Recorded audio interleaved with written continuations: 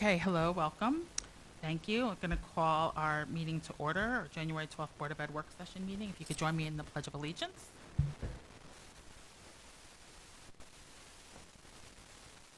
Please.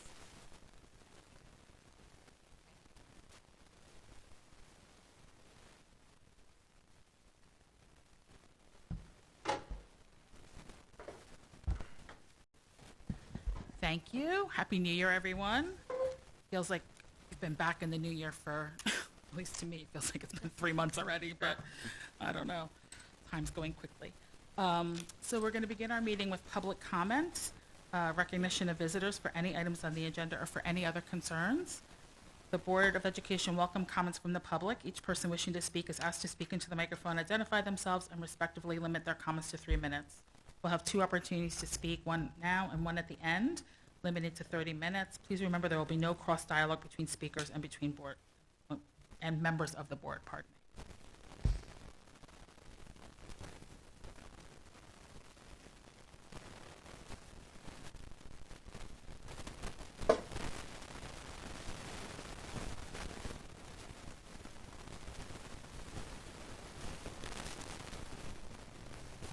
I got it. You passed the test.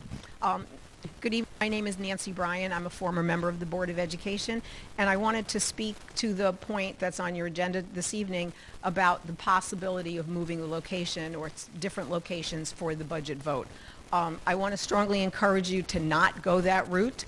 I have several concerns. Certainly, I think you would see much less voters if you had one location at the high school. Don't fix what's not broken. That's my feeling. And we have had successful votes at the middle school forever, and I would encourage you to keep it there and not look anyplace else. I truly believe you would have much less voters show up if you had it at the high school. It is not a central location. If you were to have more than one location, I'm sure there's going to be a tremendous cost involved. And I know for a fact that finding poll workers is a very difficult thing to do right now, and trying to have 2 locations where you have poll workers is probably going to be a tricky thing to pull off. Parking at the high school has never been one of my favorite things. I know there's additional parking there, but I think that you would find that it is not going to be conducive to having many people coming from 6 a.m. till 9 p.m. or whenever the hours are for voting. I think that's what it is. And I think that that would also be a big deterrent for people coming to that location.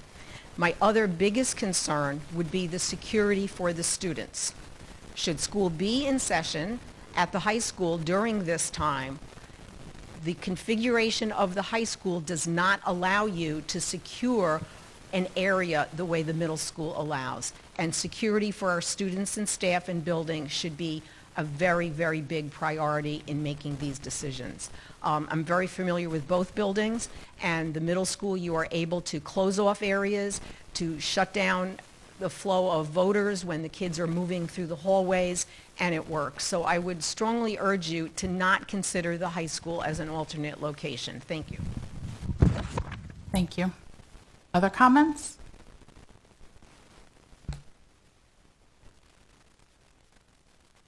Moving on to our committee updates. Christian, if it's okay, I'll start with you. You have policy, I have OXPA, and audit, if there was anything additional. So audit has concluded its required work for this year, so we are just waiting. So there's nothing to report on audit. On policy, we are doing some, after our last meeting, well, obviously today we have the second reading of the policies from our last policy committee meeting, and we are doing some background research on 2 of the policies that came up, and some were delayed, so I have some homework on that, and that will be the announcement of the next meeting. I will also say that, no criticism, but facilities is taking a lot of the days, because we are scheduling more meetings, so I'm trying to find a day where people on the committee don't have other commitments. And OXPA, there was the first January OXPA meeting on January 6th, I believe. It was a meeting, so the December meeting, we met with various different elected officials in the area, and they kind of briefed us on their views on what the state budget would be and both us sharing our priorities as well as kind of the realism. That meeting had occurred before the initial, let's say, budget report had come out for the state. The basic news is that it is not as the shortfall is not as large as many people feared, and so they think that this will not be this year. And the general message was they expect pretty much a 2% increase, which means it might not be as generous increase in foundation aid as it has been in past years, but it will also not be as bad as people feared. So the meeting in January was from various different representatives from NISBA, so their legislative liaison, and talking about what they anticipated the policies. Obviously, there's been an announcement in the governor's budget about providing funding for universal child care throughout New York State. It's a proposal at the moment, but it would, my understanding is that it would increase the number of slots that were funded, but also increase the allocation per slot. So I believe right now it is in the single thousands, and I think the governor proposed, I think, $10,000 per slot, which would certainly would help us with our UVK program. But I think that, at least in design, it's more ambitious, but that's a proposal. So there was some discussion of that. And they basically, as I said, they expected that right now about 50% of the districts in New York State are in basically hold harmless, which means that they will not have a decrease in funding. But as they go to 2%, it will be 75% of the districts in New York State, which would be, I think, probably might even include us, although we generally have been on formula since we are not shrinking as much as some other districts are, which is really what's driving down their foundation aid. So the point about it, they thought this year would be static, but they thought the budgets ahead were probably going to become more and more stringent, was the basic discussion. They also talked about their NISBA has several different student recognitions, and they want to open it up more to the public, and that they shared, I think, probably with an email of a link, some information that if you want to nominate students, and they talked about the criteria for those NISBA policy awards. So that was the base of the OSPA meeting, and it was an online meeting, and they had about 30 attendees. Thank you. Visitation, Carl? Yes, we are going to meet up this month sometime and try to set up another date to go to the schools. First thing I got to do is get a hold of Megan and sit down with her so we can discuss plans. But outside of that, we are moving on for the second round. Great. I just want to say I think the first round went really well, organized well. I think we all had good visits, and the reception was good. So it was a new way. I think I said this before, so forgive me, but you approached it a new way, and it was really well received. So thank you for pushing us outside of our box a little. Yeah, I agree. We had a good time. Righty. Communications, Brendan? Yes, we are having a capital project community forum on Wednesday, January 28th, 7 p.m. in this room. We are also going to have a questionnaire that will be shared with the public tomorrow that will gather some feedback and input regarding the capital project.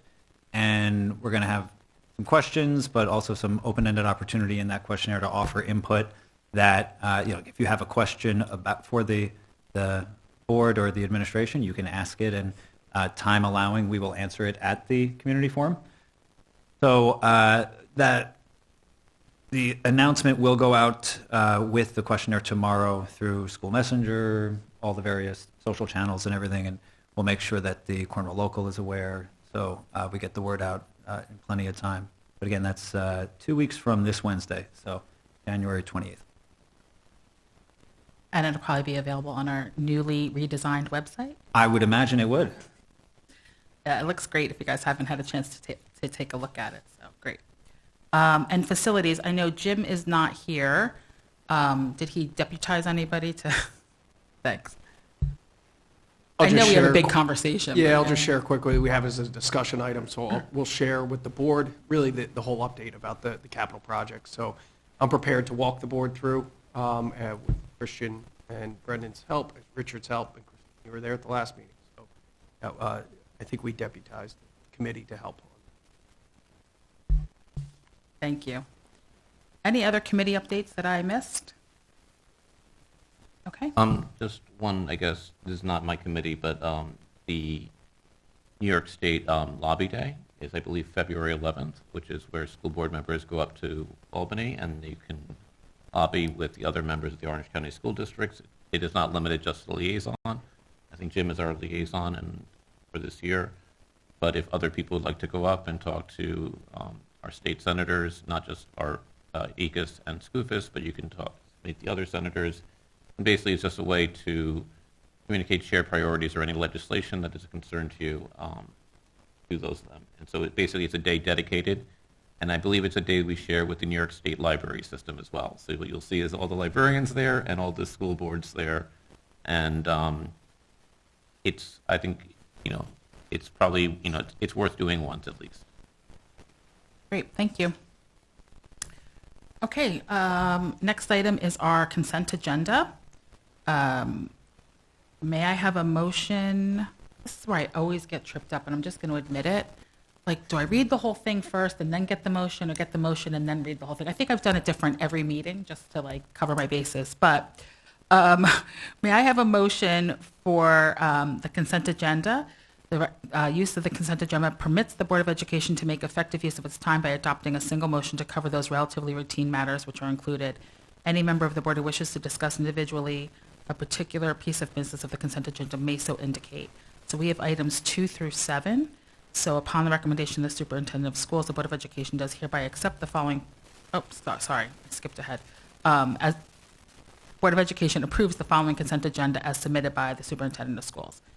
May I have, would anyone like to pull anything from the consent agenda?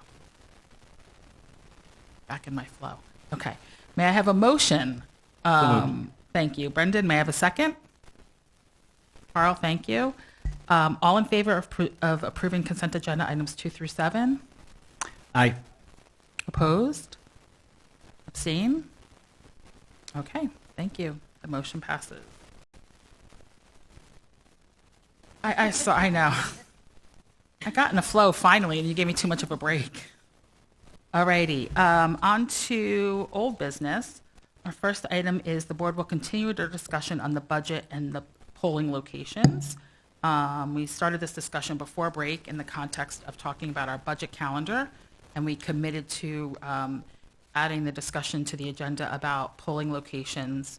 And I know this is something that Christian asked specifically to add to the agenda. He did send some content and data to the members of the board to review prior to the meeting, but I will turn it over to you, Christian, at this time. So I have a presentation, better way to share the data, so I'm just going to put a presentation up on the screen.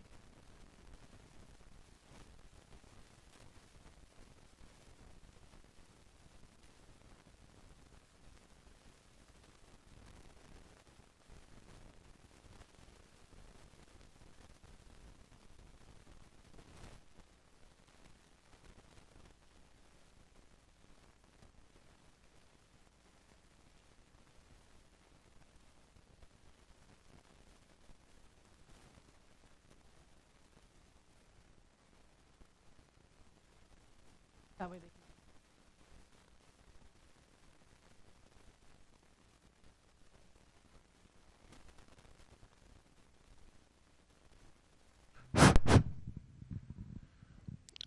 Okay, so I'm going to just start with kind of what are the major points, give you some coming attractions just so that it's easier to process at least the information that I'm going to present. The first one, and this is something that I've said before, is that the polling location systematically distorts the turnout, and I will show you data to that point. The second is that better choices do exist, and we should seriously consider those other choices. And lastly, I would urge people to make the choice that is fairest to all the members of the community. So there's a lot of literature in political science that basically makes the argument that how you do votes does have an impact on not just who wins elections, but what policies are chosen, and even, let's say, correlating to the actual outcomes, which means measures of general welfare, things of that sort. So I'm sure I'm not going to go into detail because I think these are well known. Obviously, when seats are gerrymandered, and we all experienced this just this year with various different gerrymandering attempts, the Electoral College, which we've gone through those last several presidential elections. But there's also literature, for example, and I'll just go through, Making Votes Count. This would be important work, which basically shows how different voting systems lead to different outcomes in different countries. There is Pippa Norris's work on electoral engineering, which looks at internationally in the United States.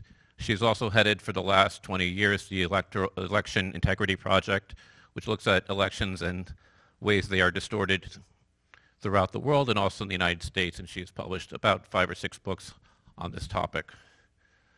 There's also, let's say, the work that just won the Nobel Prize in Economics in 2024 by S.M. Oglu and James Robinson.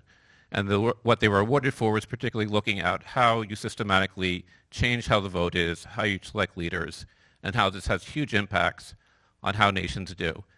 They were followed this up with 2 kind of popular books, one titled Why Nations Fail, which basically ties a lot of the things, choices between country or why countries are successful, to how votes are counted and the distortions that are created by how people vote in democracies and how that leads to different outcomes.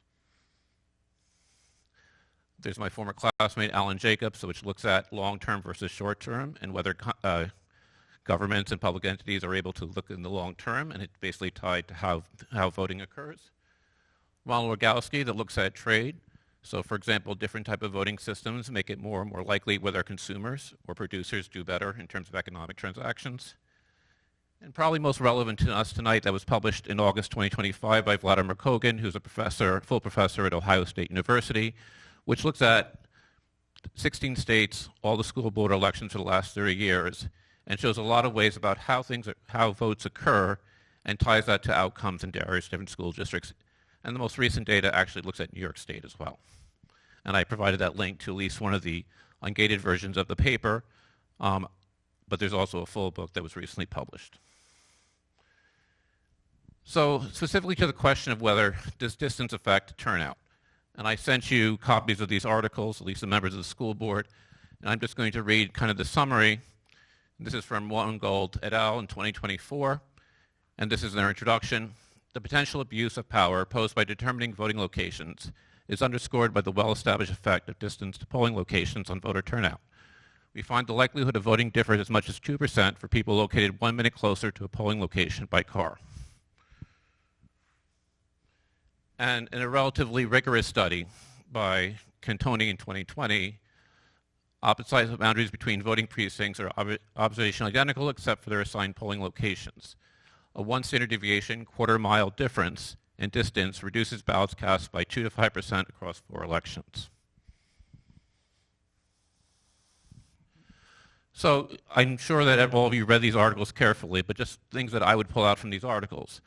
One of the things that Roland Gold points out is that it doesn't measure how you measure distance, that basically no matter how you measure that, whether it's straight line distance or travel time, or you actually follow the roads or something that's more precise, you more or less came out with the same relationship. So it doesn't really matter how you do that. So if you want to do the simplest, which is just straight line distance, more or less you're going to come to the same conclusion.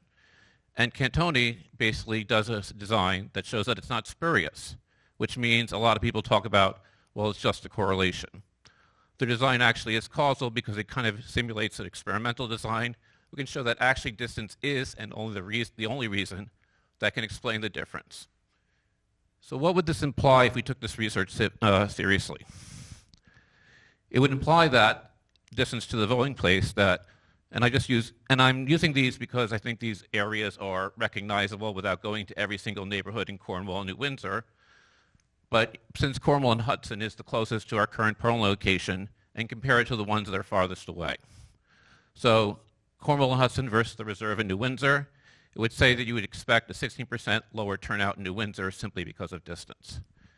Cornwall on Hudson versus Beaver Dam Lake, a 24% decrease just because of distance. And Cornwall on Hudson versus Woodbury, a 32% decrease in turnout. So I'm sure all of you are familiar with Cornwall's geography, but this is just to kind of put the point about what is a straight line distance from the two that are considered. And on the right, you can see concentric circles, which indicate a radius of 1 mile, 2 miles, and 3 miles from the polling location. And on the left, centered on the high school, the same 1 mile, 2 mile, and 3 miles from the high school. I would hope this is obvious visibly that if you look at just this satellite map, you can say the one center in the high school includes almost every built-up area, which means the majority of the population in the district within, let's say, a 3-mile radius. Well, that is not the case for the middle school. The middle school includes Bannerman's Castle, a good part of Garrison, but does not include, let's say, for example, where you live, Richard, on I'm sorry, I won't say street name, but the point is that several people would not even be included within a 3-mile radius from the middle school. As you can see, that I would also say that obviously Woodbury is not in the concentric circles either, but we do not have a building in that corner of the district. So the high school is not just the geographic center of the district, it's also the population center of the district, largely because of the increase in population in the west side of our school district, that if you split the district along 9W and Route 32 and just drew a line from north to south of the district, what you would find is, according to the Orange County Board of Elections, there's about 6,006 active voters west of that line and about 5,947 voters east of the line. This is the same data I presented last year. This is for 2024. I'm sure there's new data for 2025 because they update this usually in February every year where they put it out, but I'm sure it hasn't changed significantly since then.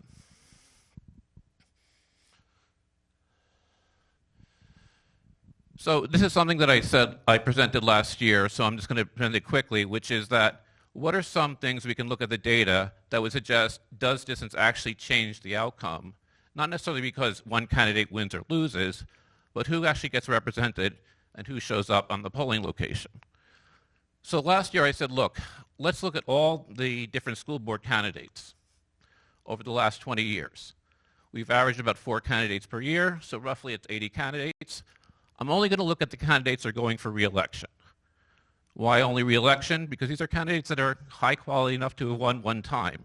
So these aren't, let's say, maybe perhaps, and I don't want to demean anyone, but these are not fringe candidates or people that had no chance or anything of that sort. These are candidates that got the support of a large majority of people in the school district. And also these are candidates that at least have served a term and may have some recognition, so they at least have some profile. So 400 candidates a year, 20 years, roughly 60, and then looked at where in the district did they live and what was their chance of success when they ran for re-election. So if you lived in Cornwall and Hudson, your chances of re-election were greater than 95%. And that's despite the last year that we had a candidate from the rest of Cornwall who did get re-election and someone who lived in Cornwall and Hudson who didn't. Even with that, you have a high percentage. If you live in the Upper Village, your chances of winning re-election are pretty high, a little bit lower, 90, 95%. Everywhere else, it's around 50%. Now, remember, these are all different candidates. Some are good, some are maybe not so good, depends on your own opinion of what you want to vote for. But you shouldn't see a systematic difference based on where people live, because that should be meaningless to how people choose. But it does seem to have an impact, which means there doesn't seem to be a random distribution, which is what you would expect if distance didn't matter. Turnout should also be proportional. And so what I did is I compared different election districts in Cornwall and how they voted in the general election, and then how they voted in the same location in the school board election. So fortunately, I got a great natural experiment, because in 2024, we have 3 districts in Cornwall that have almost identical turnout in terms of the number of voters. And remember, a lot of things are baked into this.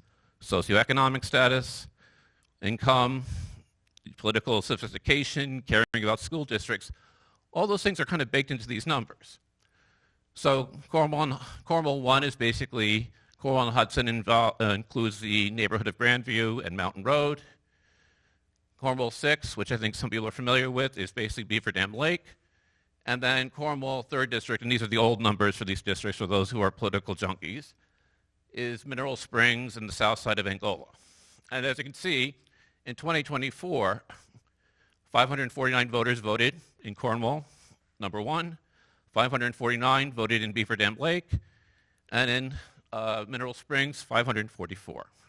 So these are basically the same number of people turn out in a general election. And just to show you that's not as spurious, it's not just like, you know, a unique opportunity, I also looked at 2020, and you can see who voted in the general election in 2020 in these 3 districts. And you can see also relatively similar, 571, 567, and 566. So this is a tale of three corners. This is what happened in the general election in 2024. And you can see where these different districts are.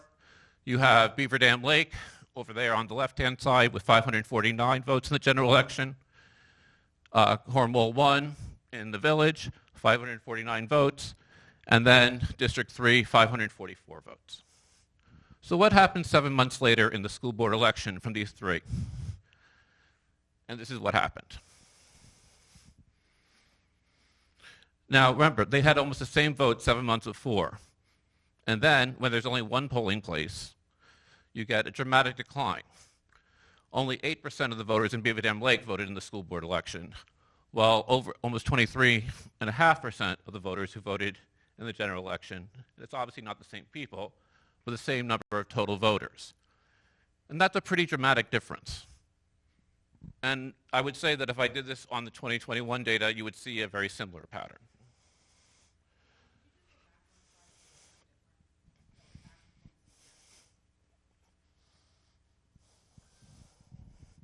So this is the general election. As you can see, this is the numbers in the previous slide. And these are the number of voters in 2025, in May 2025. So you might say, well, maybe I'm cherry picking, right? I picked the three best districts to make the point that there is a difference by distance. But let me just point out that if Cornwall 3 and 6, Beaver Dam Lake and Mineral Springs voted like 1, the Cornwall and Hudson in the village, there would be an additional 139 votes in an election that only had 1,500 votes. So that's almost 10% increase in votes. If you just assume like they behaved the same, or they voted just the same way that they voted 7 months before in the general election. So here's another way, because I don't want to cherry pick the data. I'm going to show you all the information. And so what I did is I ranked all the districts from the ones that had the most votes in the general election to the ones that had the least votes. And then I ranked it the same for the school board election, from the most votes to the least votes. So what should you expect to see? If you think the polling place doesn't matter, you should expect that there be no differences in the ranks, because, hey, the one that got the most votes in the general election should also be the one that has the most votes. First, 1 minus 1 equals 0. Or you might see a random pattern where there's no spatial organization, where, hey, some people do better, natural variability, but you wouldn't see a geographic pattern. So what do you actually see? And this is, once again, is May 2025. And what those numbers suggest is how far they fall in the ranking. And remember, there's only 14 districts. So you can see Beaver Dam Lake dropped by 8 ranks within a range of 14. Okay, so what this shows you is the ones that are red are the ones that lost the most in the rankings. And the warm colors a little bit less, which means they only lost maybe one place in the rankings. The ones in the dark blue increased by 3 or 4. And the ones in the green only, let's say, maybe 1% increase. I think it's pretty clear that you see kind of a clear geographical pattern in who gains and who loses. Jamie.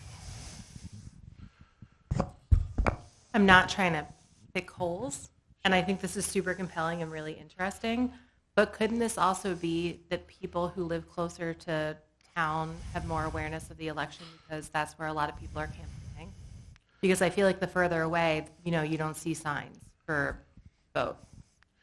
So that might be the problem. So if candidates in the school district don't advertise the election, and so one thing that I pointed out last year, where the school district put out their own lawn signs announcing just the date of the election, there was only one sign put out by the district west of 9W.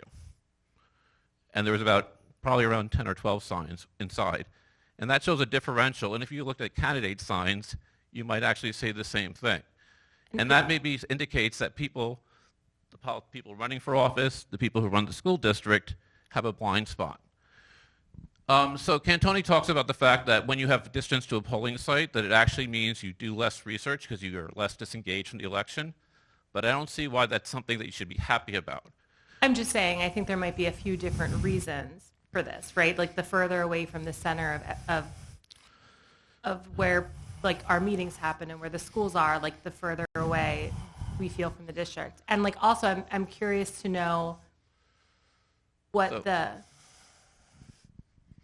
So I'm just going back because you said the center, and I just think that Sorry, when I say, I feel like where we all put up signs when we were running, right? Where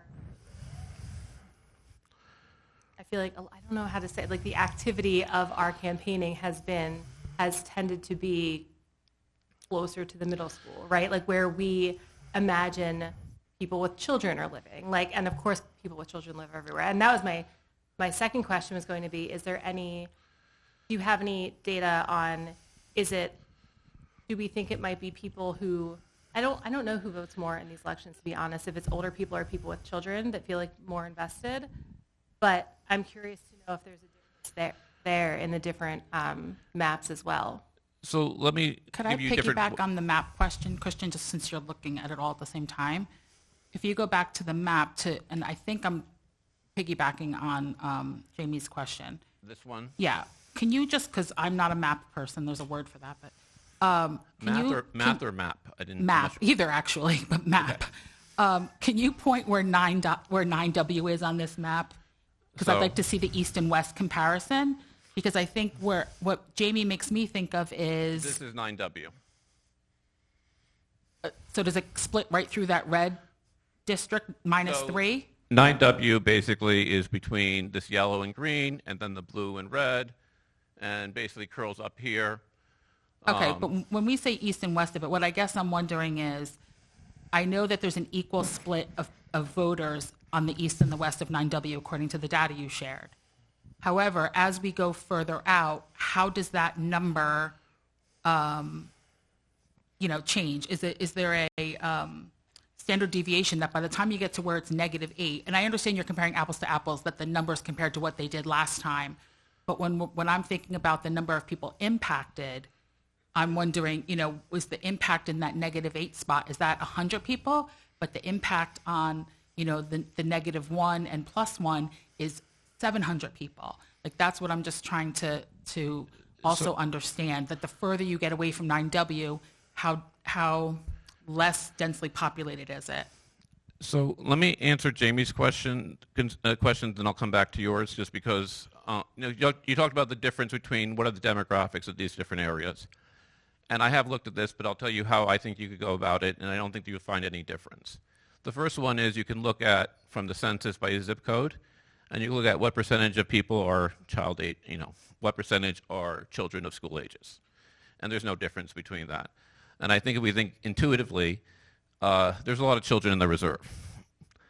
There's a lot on the growth of large houses and families is probably larger on the west side of the district. So if you looked at, for example, Highland Mills zip code, if you looked at Salisbury Mill, if you looked at some New Windsor, you would probably be able to drill down to that level and see that there's no systematic difference that would explain this much of a difference. The second thing that I would say, look at our enrollment numbers, because basically the west side of the district, it corresponds more or less to the catchment area for Lee Road Elementary School that we're in, while Cornwall and Hudson is equivalent to pretty much the Cornwall and Hudson village lines. There's a little bit more in there, but basically it corresponds to that. And we know exactly how many children are in the different elementary schools and the proportions there. So that would give you an indication, and that would also suggest that it's not because of a lack of children on the west side of the district, or lack of families with children that care about the schools. And given also, I'd say, the research that I presented earlier, which is there's a lot of sophisticated research. Turnout is probably one of the most researched things in political science. I looked at a summary of key things that everyone reads when they go in graduate school in political science, and the topic that had the most papers on that was turnout. And a lot more than any other topic you would think out, presidency, Congress, elections. So there were more key papers, and it's because the data, we do know how people turn out because that's public information. And so there's a lot of research and understanding of that. And I would happily walk through the Cantoni and Rowan Gold studies, which kind of indicate distance does independently, it's really relatively well established. So that's what I would kind of respond to that this is not really about the demographics in different areas. I would also look at the Vladimir Kogan study, because his key thing is that actually children get underrepresented in school district elections, and that leads to poor outcomes, is kind of his argument. to respond to Jamie, let me just, because you look like you're thinking. So, Christine, your question was, is it about straight line distance? So, it would be possible to. My question was about how is the population, is it less dense as we go further from the distance? So I understand your numbers are comparing year over year, so it's relative that way.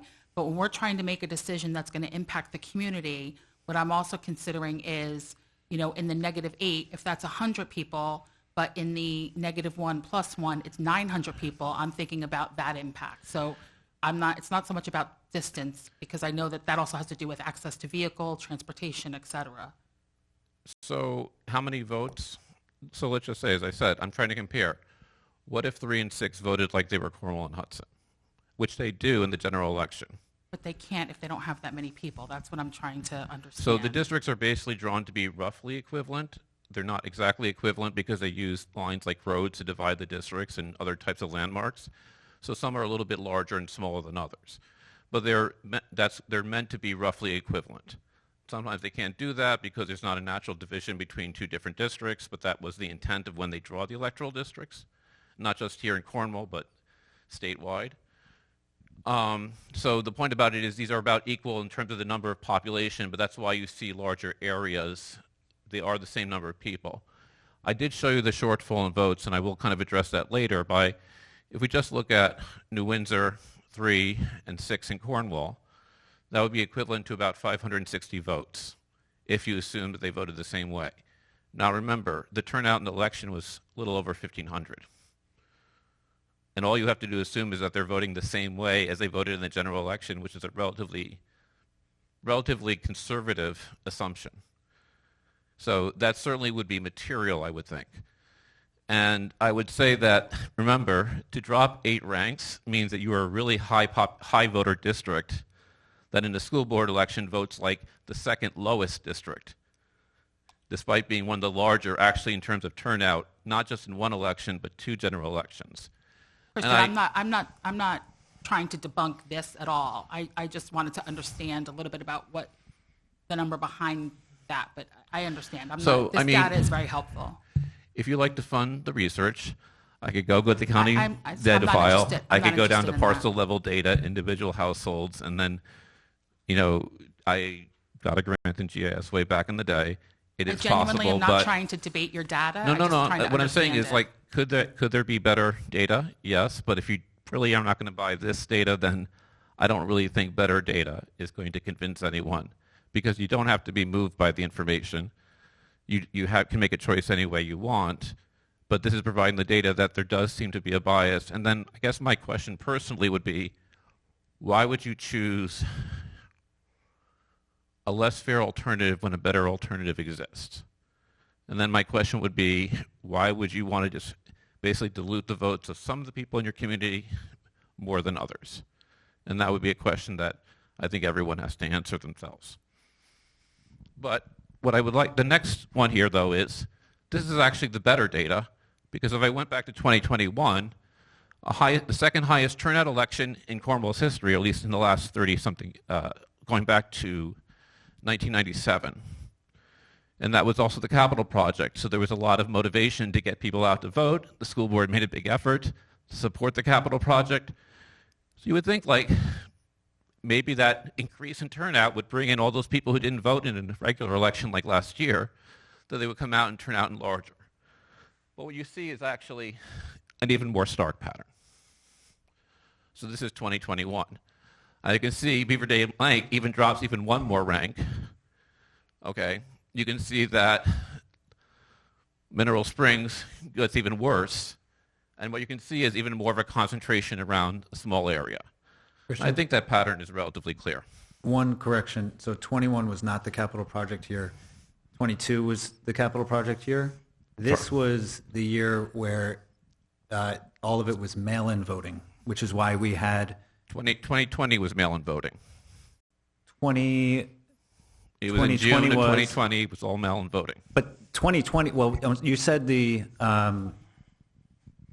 20, would have been a much higher turnout than 21, though, wouldn't it?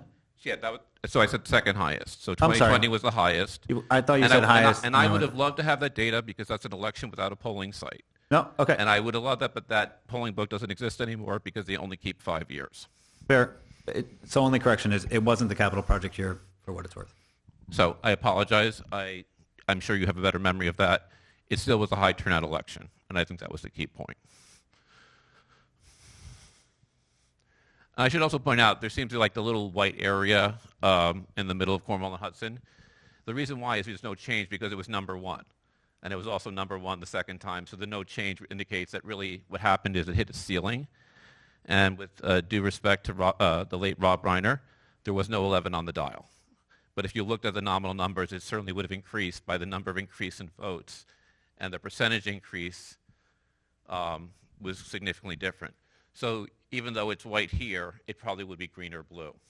If I could actually go beyond, let's say, the ceiling that exists by there's no one ahead of first. So I think that's a relatively clear spatial pattern. And remember, what you would think if you thought that distance doesn't matter at all, because remember, baked into the rank are all your other explanations of why some people turn out to vote. They have children, higher education, higher income, all the other things that are known to explain why some people vote at higher rates than others are baked in because we're comparing basically yourself with yourself 7 months later. The only thing that's different is that there's a different set of polling places in one election than the other. And so when something changes by 9 ranks, that is a huge change. That's more than 2 or 3 standard deviations. I didn't do the variance number on this, but like, if you go 9 ranks, so that meant that in the general election, Beaver Dam Lake was the 5th largest turnout district. In 2021, it was the lowest turnout district. So, I mean, that seemed to be a really big change from, let's say, these are more or less the same group of people. It's only 7 months later. So, I think, as I said, there's a clear spatial pattern. And if you didn't think it mattered, you would see one of 2 things. Everyone would be 0, because they would keep their rank. Or you would see random variability, some are high, some are low, but there would be no spatial pattern to it. And as I said, you can see all the increases occur in one area, all the decreases occur in another area. And that would indicate that there is a spatial factor there. I just want to offer one thing as someone who lives in New Windsor. The irony is that the polling station for the general election is much further away than is the middle school. I was So just going to ask the that. Where are distance- these? It's in New Windsor at the town hall.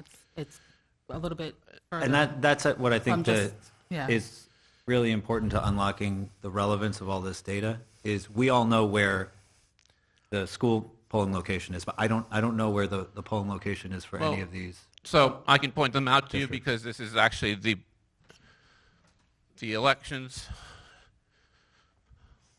here, Mountainville Fire Department, Bethlehem Presbyterian Church, Munger Cottage, Cornwall Town Hall, Highland Engine. In New Windsor, I know in the reserve that your not on New the Windsor map. Town Hall is your polling place, despite the fact that there's a polling place adjacent on Mount Airy Road at the Church of the Latter-day Saints. And so the point about it is that, and I have more on New Windsor, but obviously I can't use this because New Windsor has kind of a general election. Plus, the reason why I'm doing Cornwall is because all the electoral districts are within the school district, well, only fractional electoral districts, because the electoral district lines don't line up with the school district boundaries, whether for Woodbury, New Windsor. So I can estimate how many voters are in the school district in different areas, but I don't know where they came out from vote. So how many people voted, let's say, on Mount Airy Road? Some of them are in the school district, some of them are not. So without going down to the file at the county and counting exactly which people turned out, I can't really separate that. So I have a different thing on New Windsor, and that's what's next. So I will just say, I think there's a pretty clear spatial pattern. If you see something different, I'd be interested in seeing what you're doing, what your thoughts are on this or explanations. So this is the New Windsor. So it turned out to be proportional to the actual number of registered or active voters, which means active voters means voters who voted in the recent elections. So in Cornwall and Hudson, according to the county elections board, there's 2,418 active voters in the village of Cornwall and Hudson.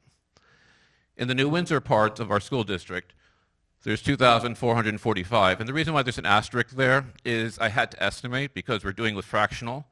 I gladly share how I did that and the methods. I actually described that, I think, last year to several people.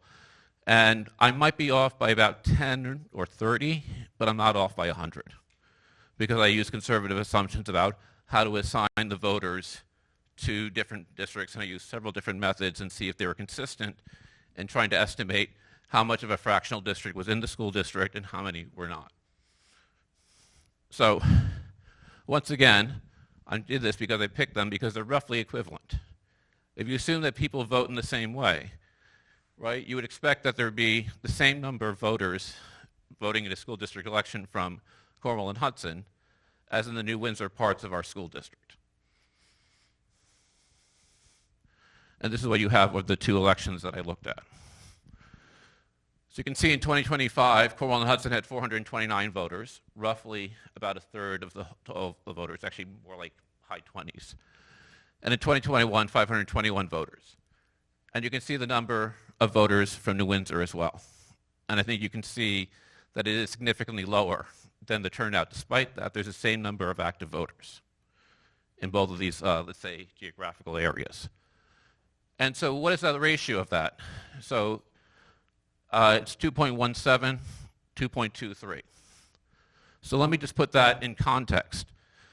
The distortion created by the Electoral College is 2.5. If you compare the 10 largest populous states and the 10 least populous states, or the fact that Wyoming, a state that has about the same population of Orange and Dutchess County combined, gets as many senators as, let's say, the state of California, which I think has roughly around 40 plus million individuals. So think about that. The distortion between New Windsor and the village is about as great as the Electoral College, which has been an issue since the dawn of the Republic. And I can expand on the Electoral College, or the state election of senators in this country, and many people have commented on that, not just political scientists, but a lot of general readers have talked about it as well. But let me just share one. About 30 years ago, Gary Wills, who won the National Humanities Medal and many other awards, Pulitzer Prize, etc., wrote a book called Negro President about Thomas Jefferson. And it was from a phrase by the senator from Massachusetts at the time, Thomas Pickering. And if you hear Thomas Jefferson and Negro President, you're probably thinking about what is well known, his affair with Sally Hemings. That's not what he was talking about. He was talking about how the 3/5 clause worked with the Electoral College, and that gave Thomas Jefferson the advantage that allowed him to win in 1800. I'm going back in my mind, I might be off by an election cycle, but went against John Adams.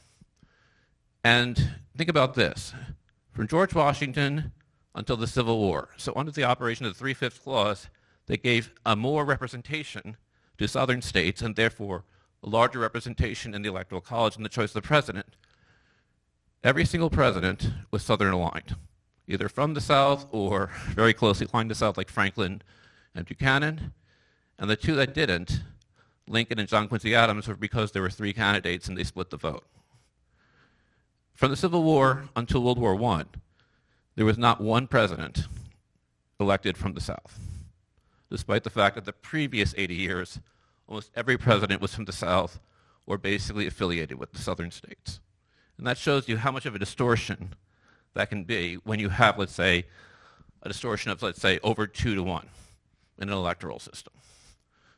So I think most political scientists would say this is substantial and material. So what does that mean in terms of like missing votes? Votes that probably should happen if you assume people behave all the same, or you make some assumptions about some people less civic, don't care about the school district, don't know when the election is. So if we just the three that I looked at, 139 votes is kind of the shortfall or the implied shortfall. And the New Windsor that I just pointed would be another 430 votes. So in 2025, that would be about 570 votes. That would be 37% of the turnout last year. That would be almost as much as some candidates got are those missing votes. And I haven't even looked at all the districts that had that kind of a shortfall. Sure. Have you taken into consideration, I'm just curious, how much the COH votes would drop? Like, what the shakeout would be? So Yeah. if we moved to the high school, so here's what my prediction, and this is basically a hunch. I think that the turnout would probably drop, but it's like a sample. So you have in the current system, you have a biased sample. If you have a more representative sample that's more balanced, okay, then you would actually more be a representative of the community, even though not everyone is voting. I thought about including a slide that I give to my students when I talk about surveys and sampling, and why a random sample is different than like a selective sample, and how that changes the actual form. If you want, I can share that with you, but I think the point about it is you'd probably get roughly about the same turnout, but the turnout would be more balanced and fair to the actual electorate, I think is what you would find. Now, do I think that's going to get changed in one election if you do it? No, because I think things adjust over time. But I think the sample, if you think of the election as a sample of the public, it would be an unbiased sample as opposed to a biased sample. And I can tell you that a lot of surveys that happen in Cornwall, not just in the school district, are significantly biased samples. So, I mean, going off what you said, the number doesn't really matter, right? If we're just trying to get a more fair picture of the school district, which I don't disagree with. Like, I think that's a fair assessment, but then the number doesn't really matter. But do you think, I mean, my initial reaction is if there is, because I have no idea how, like cost and what goes into it. And like, even, I don't know if it can be done by this year, but even if it can't be done this year, it seems like there are steps to take to make the election more widespread and well known in these -8, -9 areas that might be an easier lift in the few months that we have until the election. I'm not saying it can't be done. I'm just saying, like, even if it's not done, it seems like we need to do more to reach out to these areas. So that question has been heavily researched in political science. Let me just summarize what generally is the finding. So actually had like Rosenstone and Hansen, which would be read in any American politics class, and then mobilization and participation in American democracy, which looked about what happens when you try to mobilize votes, and actually attributes about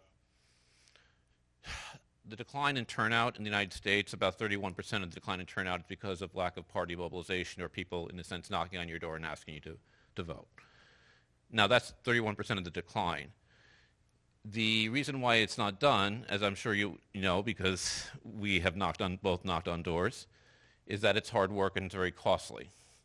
So to actually move the needle, you're talking about a much larger investment of resources than what it would be to cost for a second polling site. I'm literally talking about signs. What? I'm literally talking about signs, like advertisements on the street corner saying the vote is X, Y, and Z, and it's at this time, and it's here. Because with the numbers that we're talking about and the percentage points we're talking about, it seems like a small thing like that could move the needle when we're not talking about, hundreds of thousands of people. People have looked into that question. I would say that having more balanced polling sites would have a much huger effect than whatever more signs out there, because there are people saying, like, what if you tell people, right? And this is basically putting the blame on the voters, like, oh, we just need to enlighten them about when the election is. But the point about it is, it's different when it's like 5 minutes to go to a polling place and when it takes 20 minutes. And this is why, in many places in this country, various political parties reduce the number of polling sites, why we vote on Tuesdays as opposed to the rest of the world that votes on weekends, because there's a lot of things where they're trying to dilute or depress the vote in certain parts of the country, certain parts of the electorate. I thought about putting a thing about, Alexander Kaser's book, which was a finalist of the Pulitzer Prize, where he talks about all the different chicanery that we know that American political parties, or Pippa Norris, who would say that the American electoral system overall is the most manipulable electoral system among the advanced industrial democracies. And I think this is a well-known fact. And that's why you see parties do that. And just think what happened when the Supreme Court in Rucho overturned the Voting Rights Act. And what did parties and the candidates do? They went back to every single thing that was banned before the Voting Rights Act occurred in a variety of different ways. And then what they would say is that this idea that if you just, in a sense, allow people to vote, that they're going to vote, is not really realistic about what we know about why people vote or what the research would tell you. So certainly put up more signs. But I think that there's a simple and more straightforward way to address it, would be my take on that. So, Christian, for the sake of this discussion, can we just get a pulse check in terms of where we are in terms of your presentation? Because I do think we have some questions about budget, next steps, et cetera. Sure. Yeah, I have one slide, so let me just talk about this because these were things that were raised last year. The first one was, the possibility of fraud. And this is something that I said last year because every single allegation of fraud in a school board election goes to this Commissioner of Education. And you can go search all the commissioner's decisions back to 1991, so that's about around 25,000 school board elections over that period of time. And you can look at how many allegations of irregularity, which, by the way, is not fraud. Some of the allegations of irregularity is you're supposed to print the same number of ballots as eligible voters and have them available. Because if you don't do that, then people might not have enough ballots to vote at the end of the night, and that would extend the voting period and people would be denied to vote. That was actually one of the three that was adjusted. So the allegations of irregularities in school board elections are only 1 in 1,000 elections. And the findings that there's anything irregular is only 1 in 10,000. So it seems like you have a clear, let's say, pattern in one case that you can say it doesn't matter, people are up to themselves, they should go out to vote if they care about it, and a concern about fraud, which is usually exaggerated. And then there's kind of the cost argument that also came up last year, is that in January of last year, the vote was 4-5. Many people cited the cost of the second polling site as the issue. But in April 2025, all the school board members who voted against it that are still on the board voted for the district meeting line in the budget that increased the district meeting almost to the same amount of money. So the question is, we actually did make the taxpayers pay the amount, they just didn't get a second polling site. And so it seems like there's an inconsistent position on cost. So I would kind of encourage, that framework to consider some of these questions. And there I'll end. I do think that there's always going to be debates in terms of where $10,000 goes, and as a board, that's what we have to decide, is where we think that money is best spent.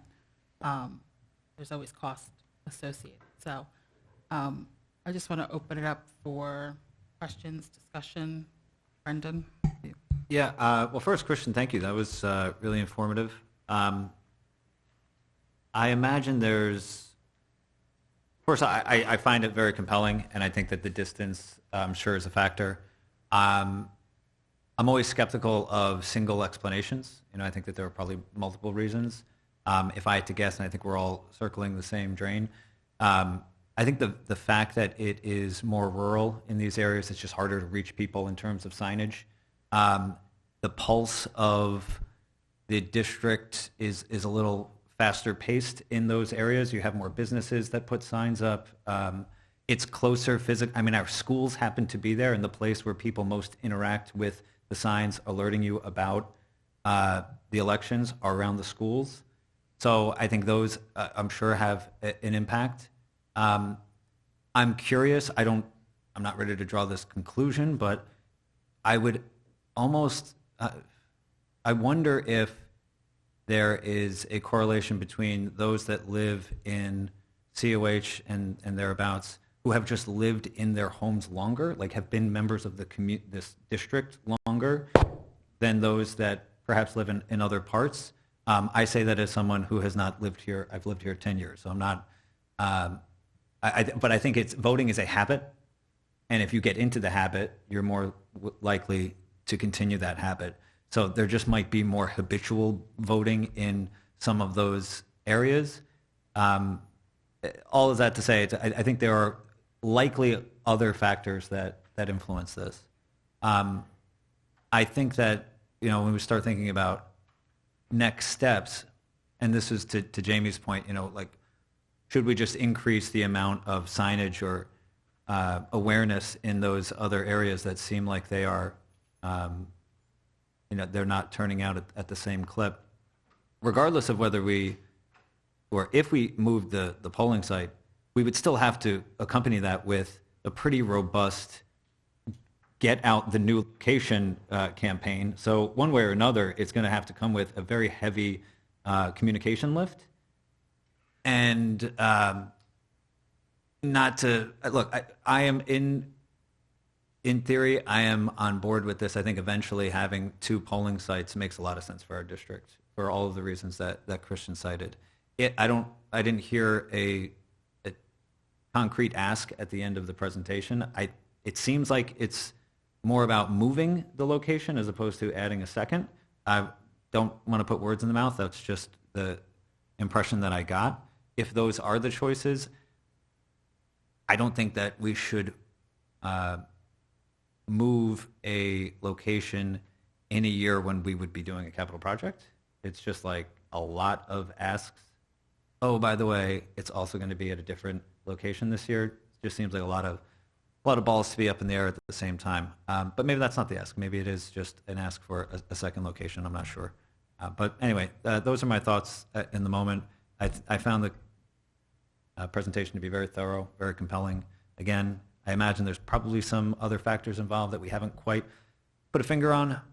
But I agree. I think distance, intuitively, if you know that something is further away, it's more of a pain, and maybe you can't do that right now. And so you put it off. And as we know this in both our lives and in data. When things are harder to do, people don't do them in the same numbers. So I totally agree with that correlation. I'm just not sure what the next step is that is being recommended. Can I address several points? I think I've said this before, but I think this needs repeating. There's a lot of explanations and a lot of things that influence whether people vote or don't vote in general, and there's a lot of research on that. But here, think about this. That's already baked in because we're comparing. Remember, the habit of voting should be the same in the general election as it is in the school board election. And that's why you compare 7 months before in the general election, and that's why the change for the school board election is striking. Because the habits of voting, higher education, having a car, all the different things that we know that influence people's votes are already baked into that number. So more or less they are controlled. And I would also point out that there's a lot of very sophisticated research and certainly deeper data dives than are commonly done for $1 million expenses in this district. And I provided you with the articles, and they were published in some of the top journals, which means they're rigorously reviewed. So would indicate that some of those things are already, in a sense, built in and taken care of and controlled for, and because they're what you would do when you're doing research, is that you would control for those obvious alternative explanations. And I think it merits pointing out that in 2019, because in 2018, there was, during the voting at the middle school, as we know, there was a storm, and the roof caved in the gym. And so they moved the voting site to a secondary location in the middle school. And in 2019, when I believe that was when you were elected, Brendan, the polling place was at NEMA. That's right. And the turnout was higher, not lower, than the previous year. Let me just, yes, 1 second. John, Jamie's next, but can we circle to you if you have any information about a second polling site, what that might look like as it relates to cost? And of course, I'm not asking you on the spot to have, scientific data, but if just a general idea so that we can round out the discussion, that would be helpful. But Jamie, go ahead. I just teeing you up. Thanks. I have one maybe stupid question, but I feel like Christian just answered it. The polling place doesn't have to be the school, then. It can be somewhere else. So we don't pay rent on our own buildings, but Sure. we might have to pay rent if it's not in a school district. But you might building. not, right? I don't know. I just think that's an interesting thing to talk about, just because, if there were two locations, is there a better location than the high school? Like, is it the middle school that's in town and then somewhere, I don't know, somewhere, I've only been here 5 years, I don't know, but somewhere else. And then, interesting point about the NINA turnout, because to me, maybe that says that there was so much communication around changing the venue that more people knew about the vote, which is interesting to think about. Yeah, but also, I mean, I'm sure it was like blasting people in the face. I can like, just say firsthand it was a very central part of the whole messaging that year, and it was like, I remember this created a lot of headache for me to reuse my signs later because I put at NEMA on my sign. As we all know, as candidates, particularly those who have run more than once, you're like, what do I do about this now? So yes, it was an essential part. And that's kind of to my point. It's like, there's like a hierarchy of things that you want to get across to people. And there's a limit also to how many they can absorb. And I just worry about, and that was just a straight election year, candidates, budget, new location. Yeah, you add more to that mental ballot, and I think it becomes trickier. I do also think it's an interesting thing to talk about voting habits versus school board voting, because I do think they're two very different things, to me at least. I don't know. Like, I feel like when I was 18, there's no way I voted in a school board election, but I voted for, president. I voted for more regional elections, I guess. But I don't know. It's just an interesting thing. I would like to see like other. Again, I'm no way against this. I just find the data really interesting, and like I'd like to see other districts and see if that's similar, because I think voting for a school board is a very specific habit. I don't think it's necessarily lumped in with voting in general, but I don't know. My own personal gut. John. Yep, so a couple things. You asked about costs. There will be associated costs, right? I think we understand that, is that we do pay a number of poll workers per year. That's probably one of our largest costs. I think we have 13 or 14 poll workers that come in and work for us. I'd shared with the board a memo that I shared with the board last year about this time about using iPads to help mitigate that. I actually did budget for that. That was part of the increase for this year because I was unsure. Were we going to have a second vote for the budget or for a capital project referendum? But I also thought it would be appropriate to move to iPads as well, so we'd be able to study this data. That Christian came in over the summer and looked at the poll books. He was down in the basement grinding away and talking to me about his findings. It was fascinating for me. So with a second location, again, if we own it, we have to think about the safety and security of the students. We did add additional security this past year because people were voicing concerns. You have community members walking through the building at any time. We did add, if you recall, some people, or most people, we had to make them wear a badge. It wasn't who you are. You didn't have to check in, but we wanted to know by a red string or something that we put around them that they were just going in to vote, and we were counting who was in and who was out. Again, additional security measure. If we were to go off-site, do we have to rent? What would NEMA cost? What would something else cost? Additional not printing for the ballots, but we would need additional machines. They're quite costly. They are what are called kind of the one-offs. They are singletons, so you can only get them from a certain provider, and that's it. So we would need to see if we could secure those. I have not looked into that, but that would be an additional cost as well. And then if you were to add the second site, we'd have to add potentially more iPads to sign people in and in order to decrease the number of staffing that we would have on site. So was it Nancy, Brian? She did mention, it is difficult to find our poll workers. They did cancel on us last minute. The board did approve some last minute cancellations because we have to approve the personnel who are working with us. And I believe countywide there is a shortage now. It is true, to be fair. Most school districts have moved to an iPad signing system. Most people are comfortable with that because it is what takes place during the regular elections. So there are incidental costs here. Is it safe to jump to the conclusion that if we had a second site, let's say we started with 10 people on our main site, if we open a second site, we have less people coming through, we could theoretically go down to 8 people here? Like, does that sort of happen in the thinking at least? Correct. That's how I would Okay. at least, logistically start to play this out in my Right. mind, right? Okay.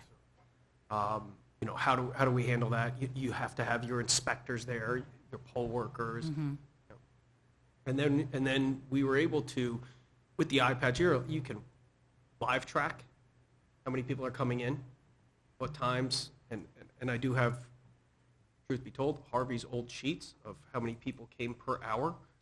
You know, Harvey was something else with stats, that's for sure. But he had them.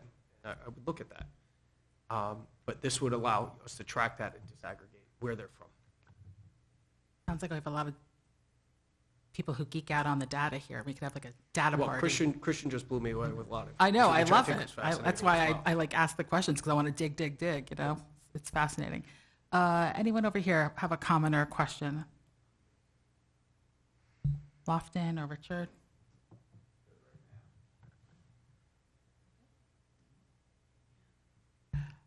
So, as you would expect, I have many thoughts and responses to some of the points raised. But I'm going to forbear, because if you're interested, I would gladly, you don't need to do that in the context of the meeting. But I think I could give answers, and I'll just say one thing. I guess my ask, and it's not really like I haven't asked personally, is that there be one voting site, because I didn't, as you know from last year, I have some questions about some of the calculations about the cost, the two different estimates of the cost. I didn't want to make that the center of this, so I didn't want to get into this idea of what it takes for two sites.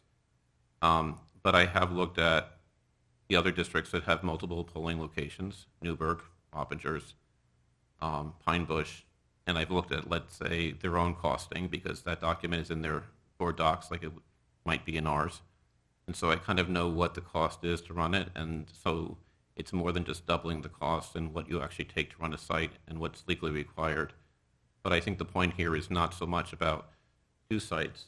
I mean, I think last year the reason for two sites is that no one was doing this to deprive anyone of a local polling location. We wanted to be fair to those who were having at a disadvantage. But the point is that if there's an insistence for economy reasons on one site, it should be the best site that we have available. And I think the logistics, someone who works in a high school and works in a high school that's a polling site, I think these are relatively solvable issues. So I'll just leave it there, and I presented the information, and people can make their decisions.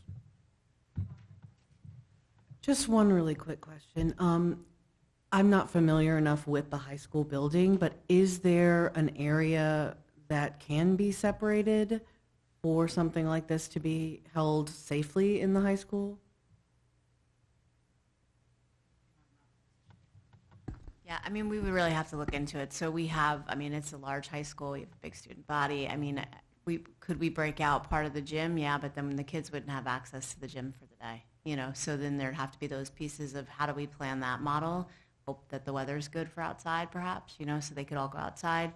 You could not negate the cafeteria. Community lunch is a huge factor. So we have everybody stopping at the same time for almost an hour, and kids are everywhere, staff is everywhere in the building, so there will be some challenges to work on. You know, I mean, could we make it happen? Sure, but it would have to be similar to how the middle school is, where it's all happening at the same time. You know, there's not a separation of a part of the building, really, that we could do that safely.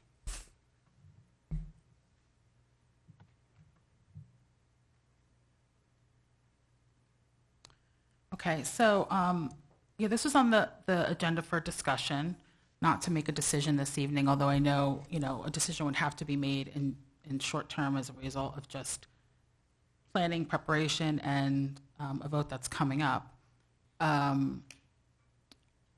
So let me ask this, and if this is not the appropriate way to do it, I know someone will correct me.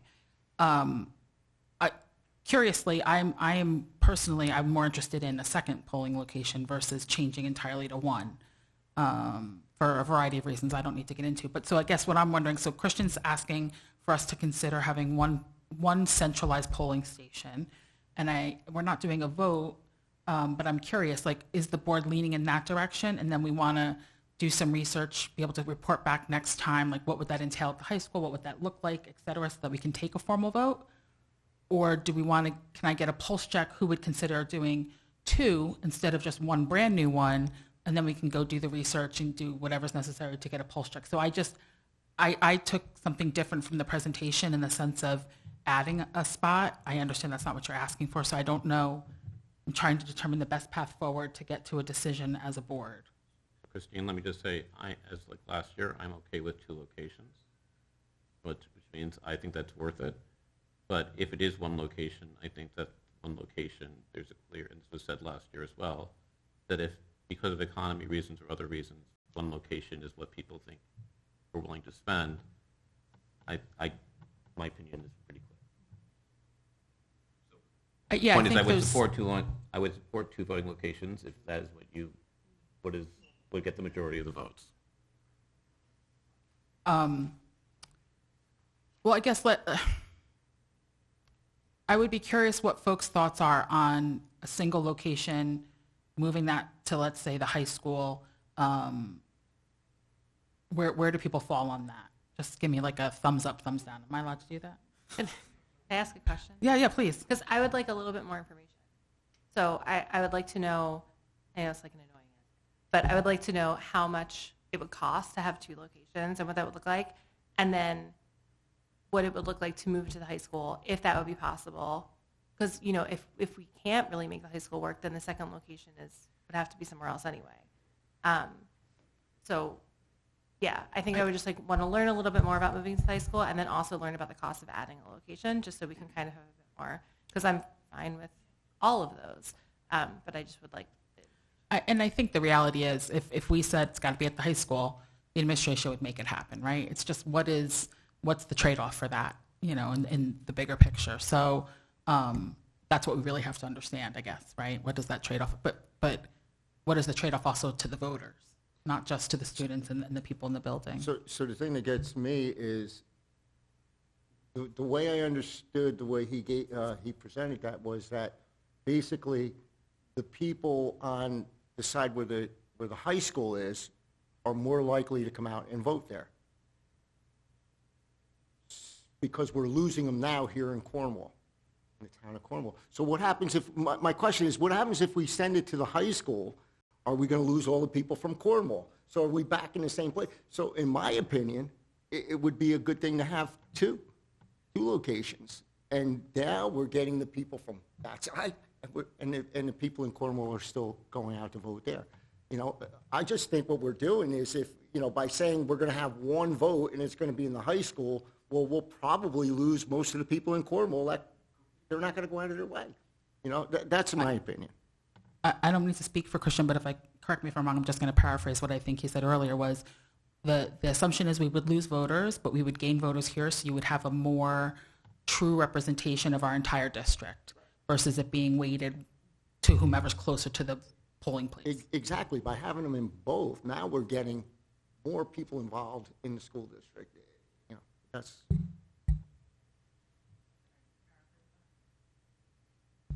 I think the way that I would say it is that you would have an unbiased sample of the public, as opposed to the current, which is, I would describe as a biased sample. And so yes, when you go to an unbiased sample, you are going to sample the oversampled population less and the undersampled population more. Now, as I said, last year I supported, and I think everyone who supported this last year supported 2 polling locations, because we're not trying to deprive people, or we're not like, I get no joy out of people making it more difficult for people to vote, no matter where they are. But I don't think you should keep a system that is biased just because people are used to it. That would be kind of my phrasing. So I would think the point is, if you want a truer measure of the public sentiment, you do an unbiased sample. Okay, so I don't want to ask administration to go and do any work for us if we're not leaning in that direction as a board in terms of, go ahead, Brendan. I was just going to suggest, maybe from a process standpoint, we just go quick around. Instead of like yes or no on one thing, maybe if people just describe what their solution looks like, it'll just emerge. Because anytime you ask, like, do you want one location? I'm always like, well, but, you know, like, I want to explain my, like, order of preferences. No, no, I'm not nominating. I think, I don't want to put Lawson on the spot, but I think just like a quick roundtable. No, that's fair, yeah. Okay, Lofton? Okay, so as someone from New Windsor, I can say that it definitely is different on that side. And, my house wasn't even on the maps of the records, because I vote in New Windsor for general elections. I have no idea how much up or down my specific area went, but I did put signs actually this year all over my area, but they were the only signs. Well, I did, but also Christian helped, and Richard, I think too. So we did put signs, around my area of New Windsor, but they were the only signs. But hopefully they did alert some people from that area that the elections were happening. And I did talk to some local business owners and tried to get the word out, but there was a lack of awareness there. But for my point of what I would prefer is if we do one election site, I do agree that it should be more balanced.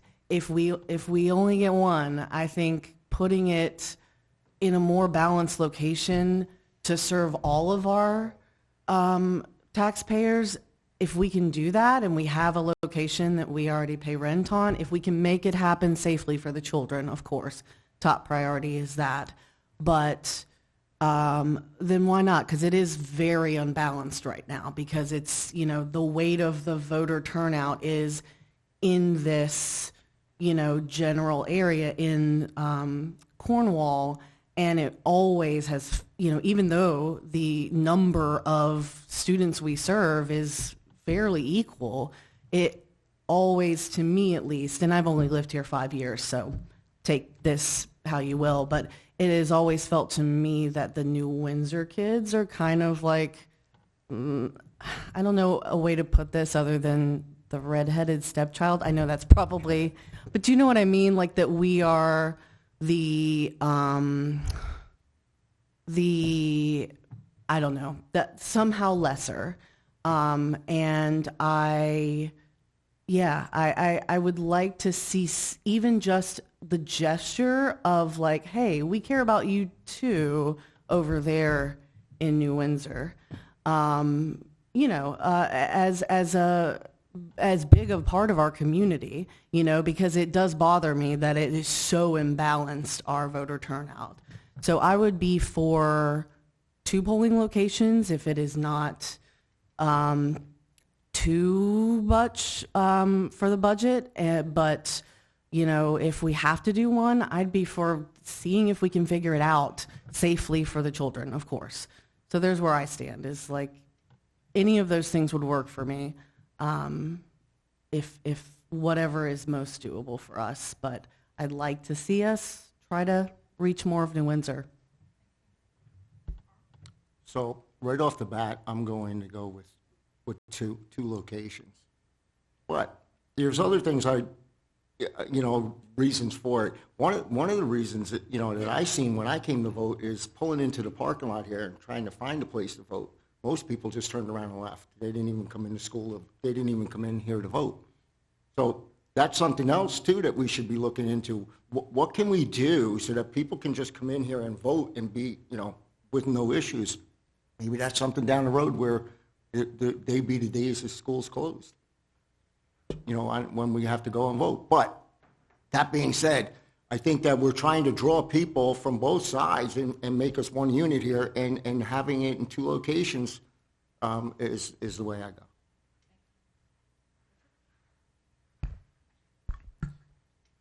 So my first preference would be to have 2 polling sites, because I'm not looking to take something from someone to benefit another part of the community. I think that would be the most fair, and I think that would bring more turnout personally. And I have a personal example of this. My parents who live in New Windsor, I live with them. The amount of times I had to remind them, did you vote yet? Did you vote for your son? And they're like, no, not yet. It's a true story, by the way. And it's just the likelihood of going to vote somewhere that's 5 minutes away compared to having to travel, which sometimes could take 15 to 20 minutes. They're going to be more likely to vote somewhere in their community.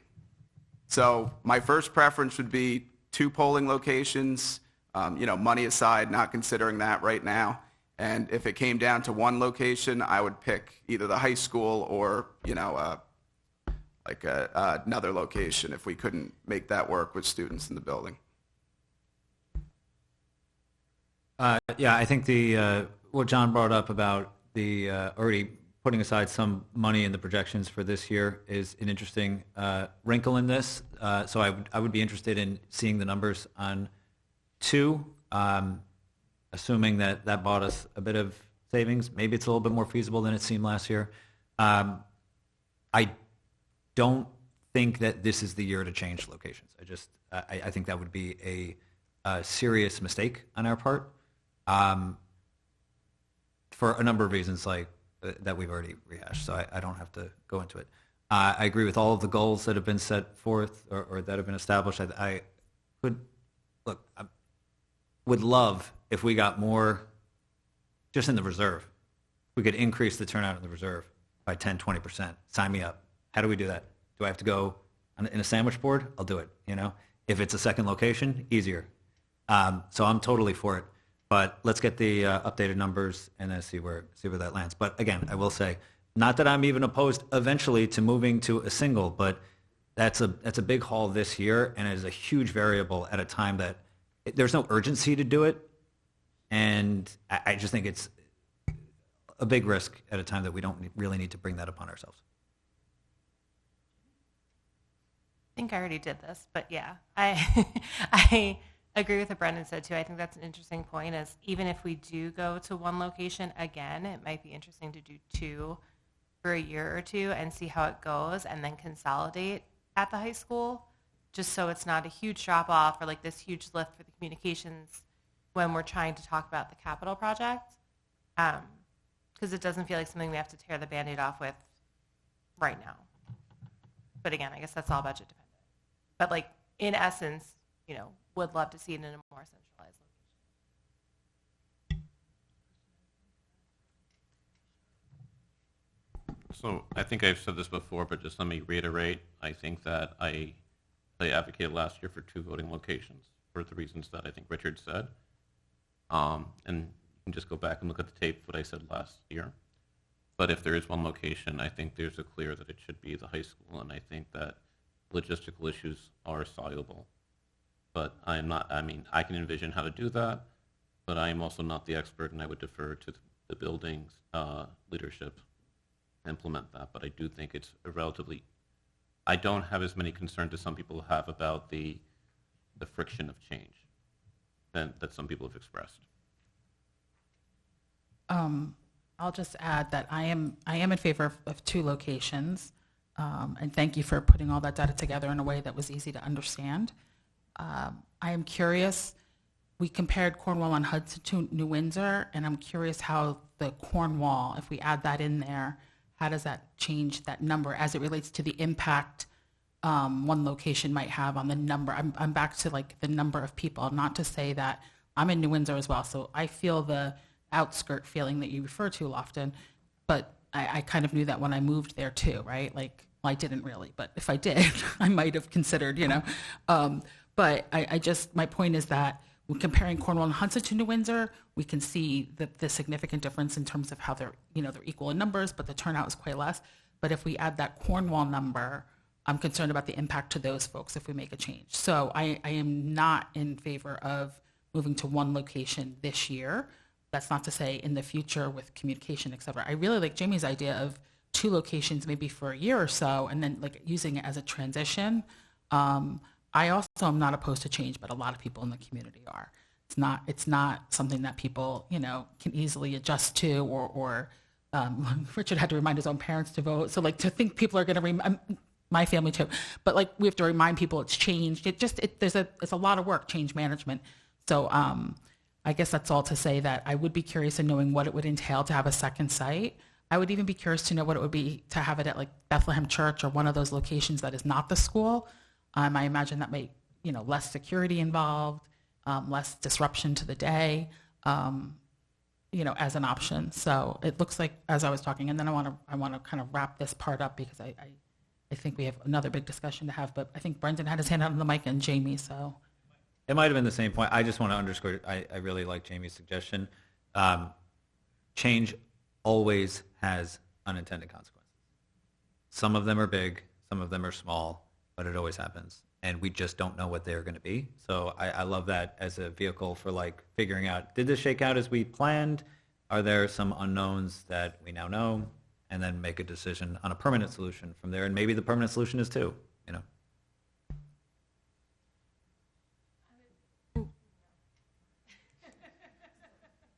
So is it fair to ask, I guess, the next meeting, John, Megan, to come back with as much data as we can, even, roughly right, to get a sense of what that might entail to have a second site?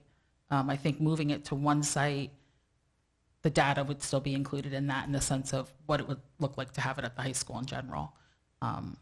Any questions for us? I just want to say, I know, John, you sent this back, I think, in December, the cost estimates that you did last year, and if people haven't read those, that probably, I know that December is like a year away.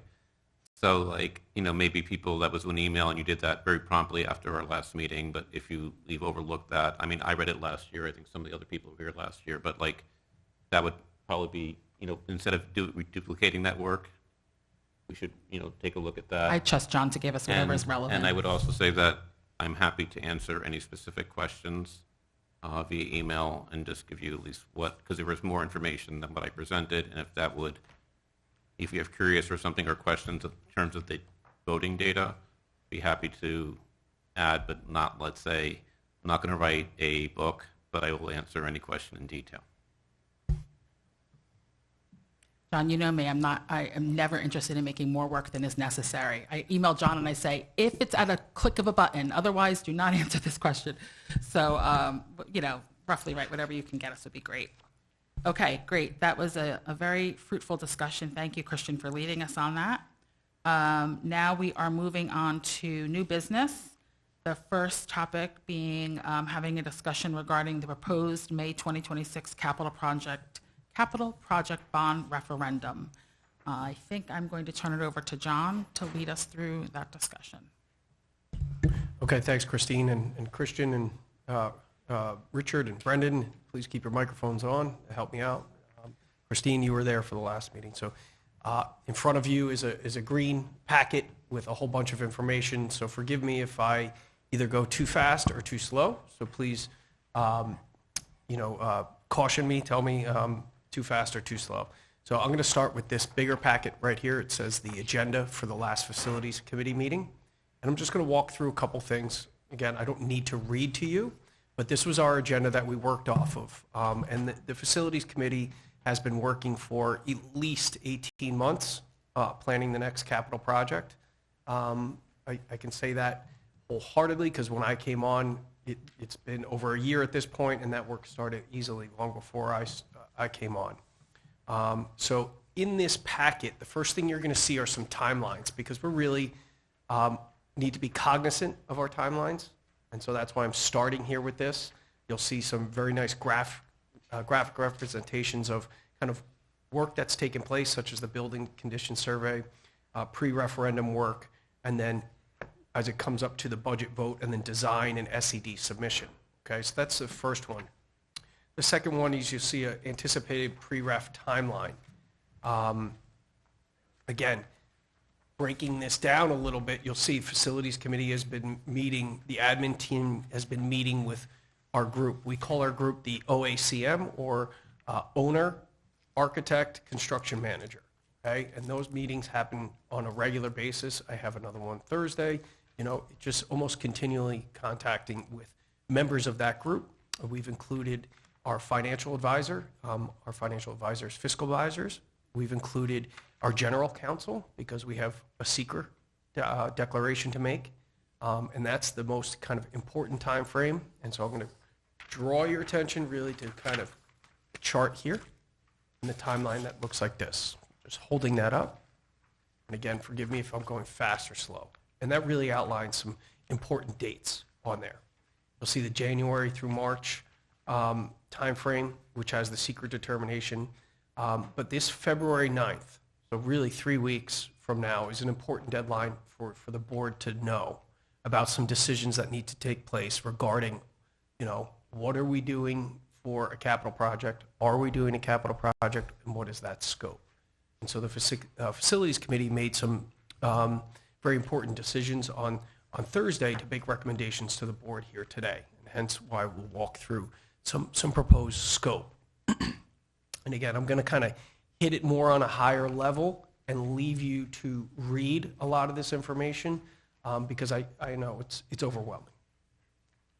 So with that said, I'm going to turn to the spreadsheets. And you have some very big spreadsheets in front of you because my eyes are fading as my age is fading. And this work, again, started months ago. And if you read the Cornwall Local, Mary Jane Pitt reached out to us. And we started with a list or a spreadsheet that was roughly $80 million. And we've been weeding through that spreadsheet. So the Facilities Committee had turned to the administration and asked, can you please have an administrative recommendation, which we did. We met with all of our building level administrators, and we condensed down that list and actually created other sub-lists as a result of that kind of $80 million of work that needed to take place. From that large master list, we have in front of you, the top of it says the 2026 capital project proposed bond referendum. And this has been vetted by our construction manager and our architects and engineers. And the Facilities Committee is, I would say, correct me if I'm wrong, moderately comfortable with this proposed bond referendum as it stands with the scope in this first large page. So I'll just walk you through a couple sheets on this first spreadsheet. You'll see the high school listed. You'll see areas of site work, the description, and then some estimated costs and some design, construction contingencies, cost escalations, and a total cost. First project on there is construct a building adjacent to the tennis courts for bathrooms and a concession stand. And I'm going to highlight that that's actually a must with New York State. We are on the radar, so to speak, that when we built the stadium, we made a promise to New York State that we had to build bathrooms that were in close proximity to the stadium. So we cannot proceed with any other capital project until this one is approved by our voters and submitted to SED. Okay? And then there's a bunch of other projects at the high school. You see some repave the front entrance. We're looking at some replace fire alarm systems and our PA system. That will be a theme throughout each of these sheets on this project. Some safety and security upgrades. We need to redo our fire systems and we need to do our PA systems. We've had failures on our PA systems in all of our buildings and our fire system is out of date. If I turn the page, again, middle school. There's a lot of big work at the middle school proposed in this bond referendum. We are proposing in this scope at this time, and again, that could change based on the board purview, is the first line is site work, is there's a new parent drop-off pickup and providing an entrance at the rear of the school. So if you're familiar with Main Street and the middle school, and we have a lot of traffic out there for parent pickup and drop-off. So the team has worked together to create a new entrance which would come off of Mailer Avenue onto the road for CES and then wrap all the way around the back of the building. That takes all the congestion off of Main Street. I was using the analogy of the 80s, the 80s video game Frogger, where kids are kind of running all over the place, and we have a safety concern for us. So we are bringing that onto our property and off that road to try and make it safer for our kids and creating a parent pickup drop-off. And we're calling it affectionately the kiss and go. Mom and dad, parent, guardian, kiss goodbye, or come on, let's go. You'll see some pavement to the bus route, sanitary line issues. And with the kiss and go, we coupled a cafeteria and kitchen addition. So we have identified through our building condition survey that our current kitchen at the middle school is in need of repair, desperate repair, we'll call it. And we have some temporary measures to make sure that it is safe. And as we progress through the process over the past year and a half, it was determined the best interest would be to do an addition to the middle school, have that operational and functional, and then come back and renovate the current cafeteria and kitchen. Because the logistics surrounding renovating that kitchen and cafeteria is we'd have to take pretty much all of it offline and still serve the kids in the building and our kids at Willow. And so operationally, that could be a very costly endeavor for the district. Probably cost more than the addition itself. So the recommendation is an additional cafeteria, kitchen, and renovate the old one into classroom space. Again, you'll see fire alarm and PA, and I think I'm slowing myself down, but again, I just want to kind of point out some of the highlights here. You'll see CES, water service, convert the STEAM lab into a functional classroom. There's some issues there that we want to address. Some stairwell doors. You'll see a red mark. It says unsatisfactory. That was rated by our BCS. That's something we really need to do and have addressed. So that's address the chimney deterioration. Willow Avenue. We're looking to create some additional parking. So we want to widen the one-way road and kind of shift that softball field. We want to pave the bus loop. We're looking at doing some roof work. We want to replace the gym floor. I think the gym floor has been a long time coming for the community. Again, you have another unsatisfactory in there underneath the kitchen. Water service, including backflow preventer. Okay, a backflow preventer here is we are trying to bring up our water service to code. We've committed that to the Village of Cornwall that we would do that. So this would be an important measure and a cost savings measure for the district. Cornwall on Hudson, front step repair. You're looking at some backflow preventers as well, PA system.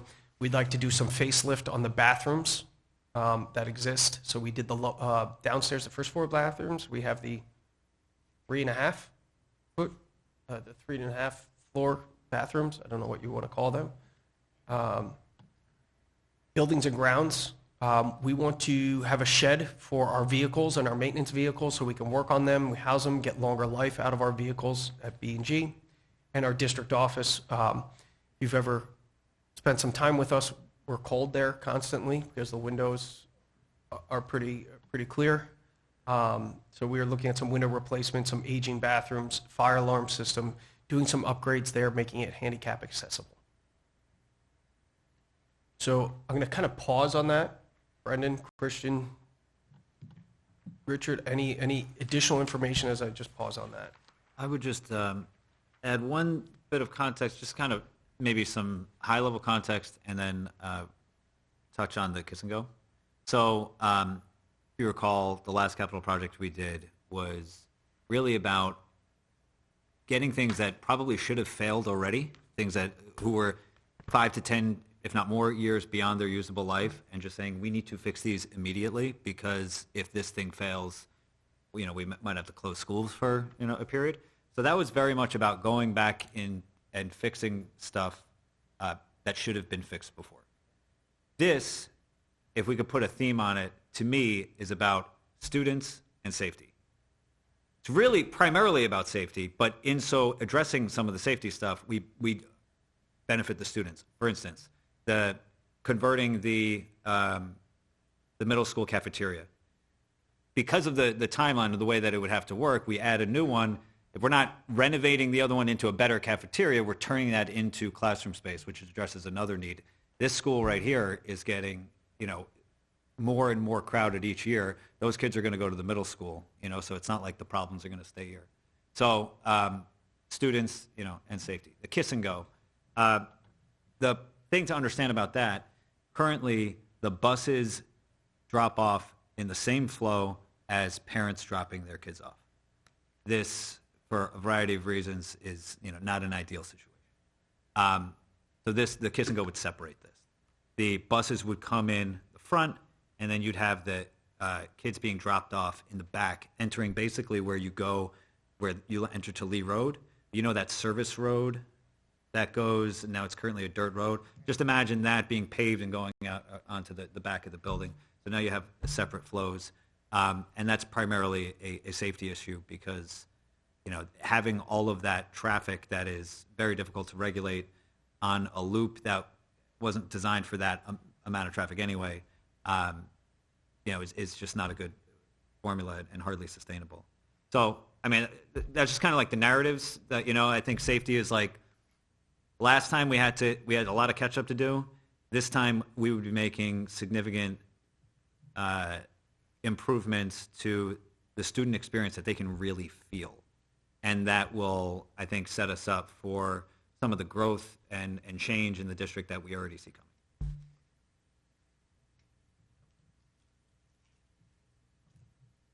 coming. So I think just to add to a few things, I think I just will reiterate the critical need for the middle school kitchen and cafeteria. I don't think it's going to fall down tomorrow, but we do know that there are serious concerns about the structural integrity of the floor that's underneath it. And I don't think people really, because when people go into the school building, they don't go into the cafeteria or into the kitchen. So it's kind of one of those invisible things in the school building. And there is equipment, to my understanding, that is the original 1950s equipment, unusable, and we can't take it out, and the weight on the floor, and many different issues. So it's something that people might understand, but I do think something that is critical to address, not just for middle school, but for the other schools that depend upon the middle school kitchen for lunch. And I think, that's something that maybe is, and I would just point out some other things that generally are actually important, but they're also not visible unless you work inside a school, and that's the building and the grounds and the administration building.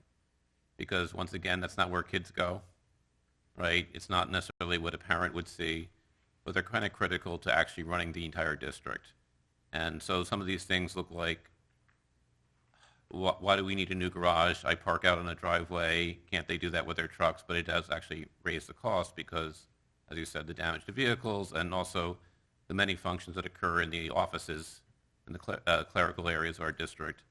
And I think anyone who's been into our administration building knows that there are, it generally has been like, it gets shorted because it always seems like that's never going to be the critical thing because it doesn't directly touch on a child, but it does affect the ability to do things for children in a lot of, let's say, hidden and maybe non-obvious ways. So I just want to, I think, point those things out because I think they can get lost. I've expressed my view on the kiss and go. I'm sure I'll say it again, but I'll just say that I disagree with some of the claims made about it, and I wonder about whether the priority of it, given that it's $5 million of the project. And there are things that are on the additional that I would put higher priority personally, but let that be a discussion for another time. The last thing I think is just that the core part of this capital project is effectively tax neutral, but not in a way that the last capital project was tax neutral. And this I think I'm sure this point will be made to the community, but because of the debt that is falling off from the construction of the high school 25 years ago, as that debt falls off, new debt will replace it, so there will not be seen a tax impact on the wallet. So this, even though it's a relatively large project, larger than the previous project, it probably will have the same tax impact on, let's say, households in our community. I mean, there's always other, what? Yeah, no, I mean, so like, I just think that's an important point because of the size of the project. The second point, and I think the other thing, is that while we could let that debt fall off and that would lower taxes, it would also affect our tax cap, and therefore we would have an incredibly low tax cap, which would mean our program, which means teachers, supplies, and all the other things that the school district does, which means we have such a low tax cap that we would almost necessitate a future budget where we would have to override a tax cap that is closer to 0, not 2%. So the point is, because how capital projects factor into the calculation of our tax cap, it would make voting on our program in the future tougher for future boards and future members of this community. And so there's an advantageous that it's set up to encourage us to continually invest in our physical plant. And I think that's important independently of, the total cost. Thanks. I think there's a lot to get to before we get to like how we split the costs, right? Yeah, But- so that's it's a great segue, so thank you, Christian, because, again, the sum total of that first spreadsheet that you're looking at is $42 million. It's a lot of money. So I'm going to bring your attention back to the packet. And in the packet, you're going to see a debt service schedule. That's what this is called here. This is from our financial advisor. And Christian just hit the nail on the head with this. We have a $42 million project in that scope, all of what I kind of discussed and then some. So we asked our financial advisor to run that. And Christian said, the timing of this, by the time it goes to bonds, will make it a tax-neutral project, meaning we're replacing when we built the high school 20 years ago.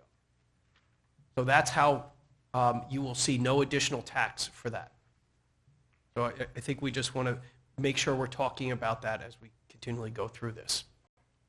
So I only know how to explain this to myself, and I assume that other people know just about as little as I do. So everything you just said is right.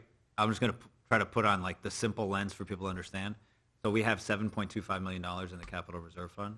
Every dollar we put into that roughly gets multiplied by 4, right? Because it's like that's 1/4 of against 3/4 we get from the state. So the purchasing power on that 7.25 is about $29 million. So of the 42, boom, 29 is paid for without increasing taxes. The remaining 13 million roughly is coming off the books in 2030 by the time we'd actually be funding these projects. And so that's what gets us to tax neutral. Correct. Yep. So I think that's a great point. The community has voted and established capital reserve funds. So we have 2, and I call them Capital Reserve 2 and Capital Reserve 3. The community established Capital Reserve 1, and that was utilized to pay for the current project that we're wrapping up now. So in Capital Reserve 2, we have a little over $5 million, and in Capital Reserve 3, we have a little over $2.5 million. So combined is that $7.5 million that Brendan talked about, which gets us a lot of leverage and buying power. And then with New York State aid on our project, we get additional money on that. So it's a perfect explanation. So again, on the debt service schedule, there's three blocks, I'm going to call them. There's the first block on the left, that's our current debt service. That's what we're paying now and what we can anticipate to pay. The second block is, okay, if we do this project, if we're going to move forward with a bond referendum for $42 million, what does that look like? And you'll see really the last column there in that block is the tax impact. And you're seeing numbers in parentheses. Well, that's how much you're paying per $100,000. So again, it's illustrating to us that this is tax neutral for us. And then I'm going to get to the third block, so I'm actually going to pause on that just for a minute because I'll kind of circle back to that. So now that we went through the first sheet, the next 2 sheets can be a little bit quicker because you're seeing some big red writing on them. So I'm going to go to the next one that says possible EPC work at the top. And you're seeing the big red stamp of unverified. So when we had the original master list that had $80 million on it, we took the time to sort out and separate out some items. And an EPC is what is an energy performance contract. Okay? It allows the district through an alternative funding stream to complete projects without going out for a bond referendum to the public. If that makes sense. Similar, different from the one that I just presented to you. So we took the items off of the BCS, or the Building Condition Survey, and we created this spreadsheet. And I think it's 4 pages long. And it's broken down exactly the same way as the other one, by building, by area, by cost escalations, and total costs. So what we've presented to the Facilities Committee is there interest in going with an energy performance contract? And there's a whole different layer that is involved there. So what I did share for the board, and again, I won't go through it, there's a small PowerPoint in the back of your packet that talks a little bit about energy performance contracts. I have not shared that with the Facilities Committee before, so everybody's kind of on the same page here in terms of learning a little bit about that. And I won't spend a lot of time on it because, again, our numbers aren't verified, and we want to know if that's work that we want to continue to do because there's a significant undertaking on that as well. Just like the 42 million took us quite some time to arrive at that scope for a project, the EPC would also take us a long time. The bottom line on the EPC spreadsheet is 25 million, I think, 25 million. $25 million worth of work. Now, some of that work can be broken out into a priority 1 area, a priority 2 area, priority 3 area. So what we've discussed at the facilities committee is, do we want to tackle EPC, and how much of an EPC? And I came out with kind of a recommendation of that $5 to $10 million of EPC work that we could do. And what does that mean? Well, we would take these lights above us, which are fluorescent, and we would turn them into LED, and that would turn into savings for us. We would look at some of our boilers that are old and not energy efficient, and we would replace some of those boilers. And that's kind of some of the simple sense of the EPC. We've not entertained on an EPC, which a lot of districts will do, is solar. Sometimes they will put solar on the roofs. Sometimes they will do solar carports. Sometimes they will do solar fields. We haven't gone down that road because I think we need to dip our finger in the water or our toe in the water to see what it would look like if we were to do some of these initial easier steps, is what they're called. So I'm going to pause on EPC right now to see committee members if you want to chime in as well.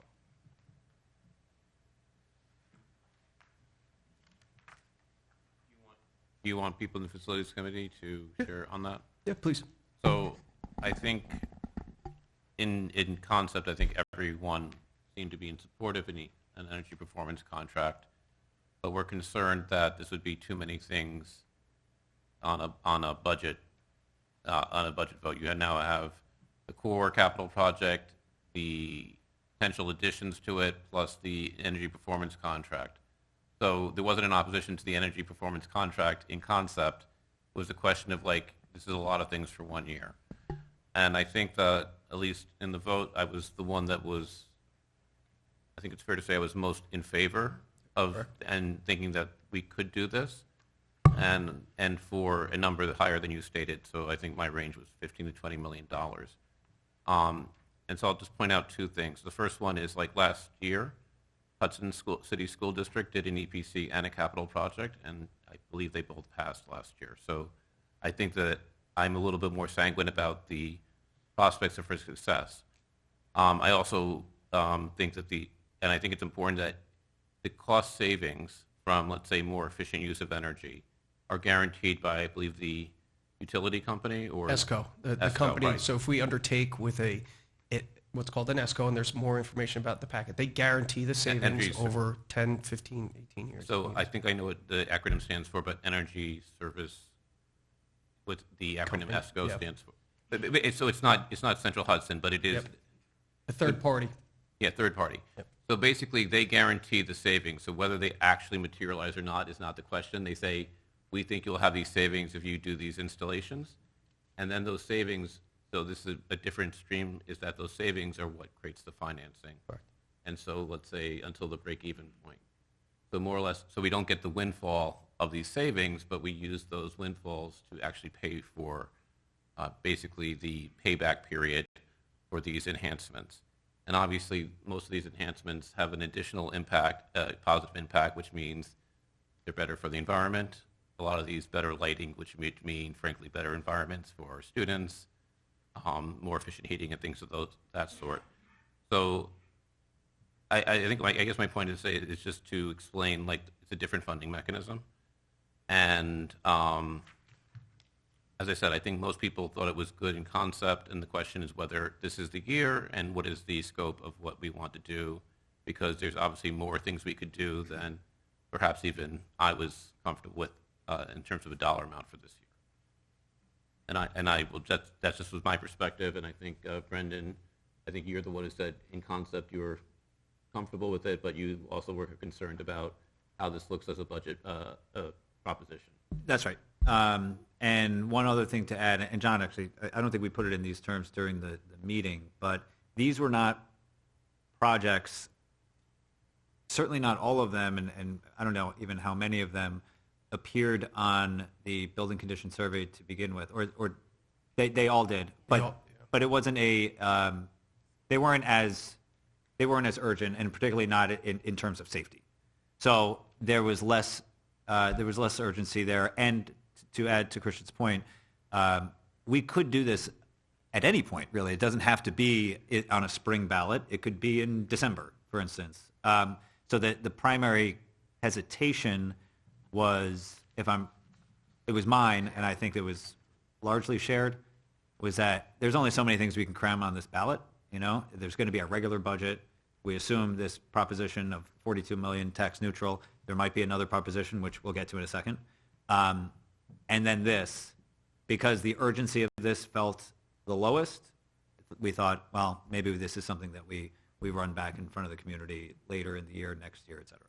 But that was just how the committee felt. That wasn't like, board can decide what it was. I have a question about the funding. Maybe I misunderstood, but if the savings payback is guaranteed to pay back the borrow, so is it cost neutral? Turn my mic off, sorry. Yes. So they're going to guarantee the savings. So we have to take out a lease, and you heard that from fiscal advisors. So we're going to lease that payment in order to reach the guaranteed savings by the ESCO, and it's Energy Service Company. So correct. The cost for us is up front, and then Correct. Okay, thank you. I must have. Thanks. Okay. So yeah, good questions, great commentary. So again, I'm just checking myself here. I think the other point, because I don't think we mentioned this, about the aid advantage. So we can do an energy performance contract simply by a board vote, which means we do not need to put this in front of the community. But if we put it in front of the community and the referendum is successful, we get an aid advantage in terms of, like, I believe our aid parameter is increased, which means more, let's say, outside money to help support if we do get a positive vote from the community. So there is, like, a fiscal advantage by putting this out to a vote. It doesn't limit our ability to do the work if we think it's desirable. I think, and I'm sure that's because it's cost neutral. That's why the board by itself could take a vote to engage in an energy performance contract. But the advantage of putting the referendum is basically saying if we have public support, I believe the state raises the percentage, and I don't want to speak about what correct. that is. So essentially, if our aid ratio is 70%, the board has the purview to make the decision on an EPC independently without community vote. If the board were to choose to do that, our aid ratio would be 60% instead of 70. If the community were to vote, we would get the full 70% on that aid ratio, obviously much higher. You heard from our financial advisor, and the committee heard from the financial advisor on Thursday that the actual increase would be about 15% when it's actually applied here. So there is actually a larger advantage to this by putting it to public vote. But again, the board has some options there. Are we okay to move on? I just have one question. Sure. Just from my lack of knowledge about EPCs, how sure are we the length that this kind of option, the length of time that it will be available to us? I mean, is it in any way, because I do a lot of environmental work in my other board position, and I have experienced a lot of EPA funding and things like that disappearing for us. And so how sure are we that this would be available to us if we put a pin in it and, said maybe next year? So fantastic question. I have engaged with a couple ESCOs, right? Because that's how this starts out. It's like, how would this work? What would this look like?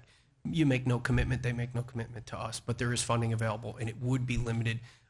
Brendan talked about voting later on. That's a possibility, but I don't know what the funding would be. So I think they would have discussions with us about what they could actually do for us for an EPC and what would be guaranteed and what their comfort level would be on guaranteeing whatever work it would be. As I said, on that list, there's definitely priority areas 1, 2, and 3, and funding is available for certain areas versus others, and certain funding is drying up for certain improvements.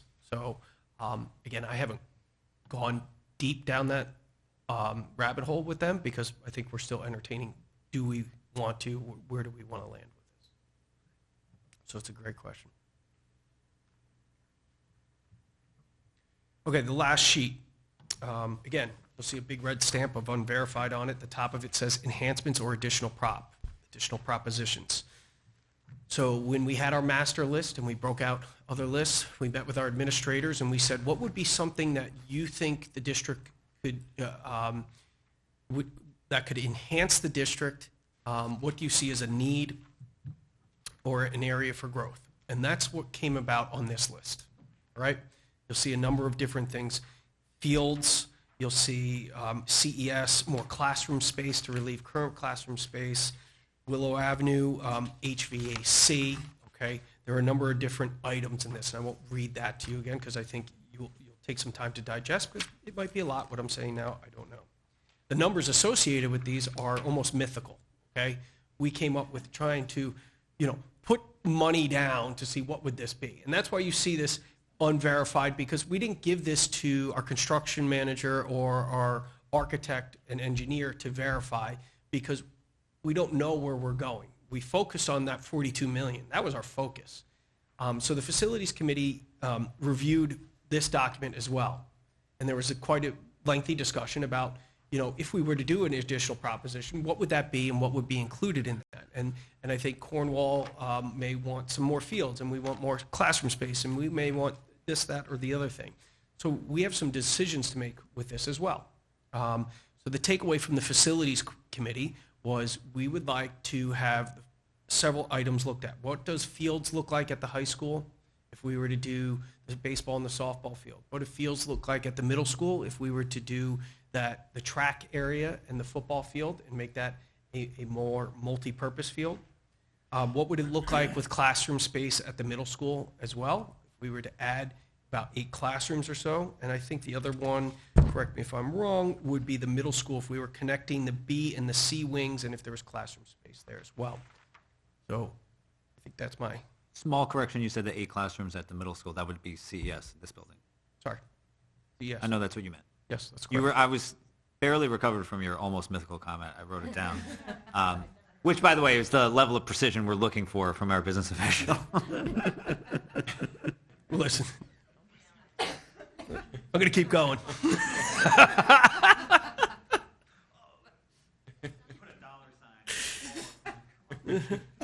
So again, this comes out to be X amount of dollars. We don't know. But we turned to our financial advisor, and I'm going to bring you back to this spreadsheet here.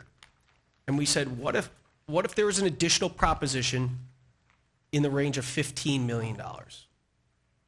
Again, somewhat arbitrary, thank you, Brendan. But what if it was $15 million, and that is that last blue bucket you see there? And we talk about the tax impact that would be on our community. And really, the last line, you're talking about a range. There would be a tax impact for our community. It would range anywhere from $66 to $84 per $100,000. So we think we're going to have a range where a person with a $350,000 assessed value could be looking at $250 a year in order to pay for $15 million worth of improvements.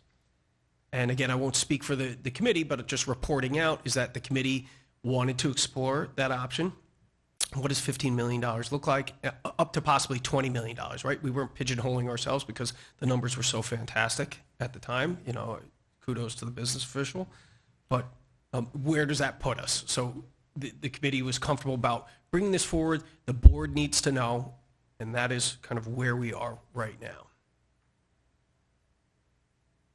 And just to put maybe some form on the choices that might be in front of us, I think once we get those numbers back, I think basically what we're looking at is like, okay, I think in concept we were all in the facilities committee on board with the $42 million project.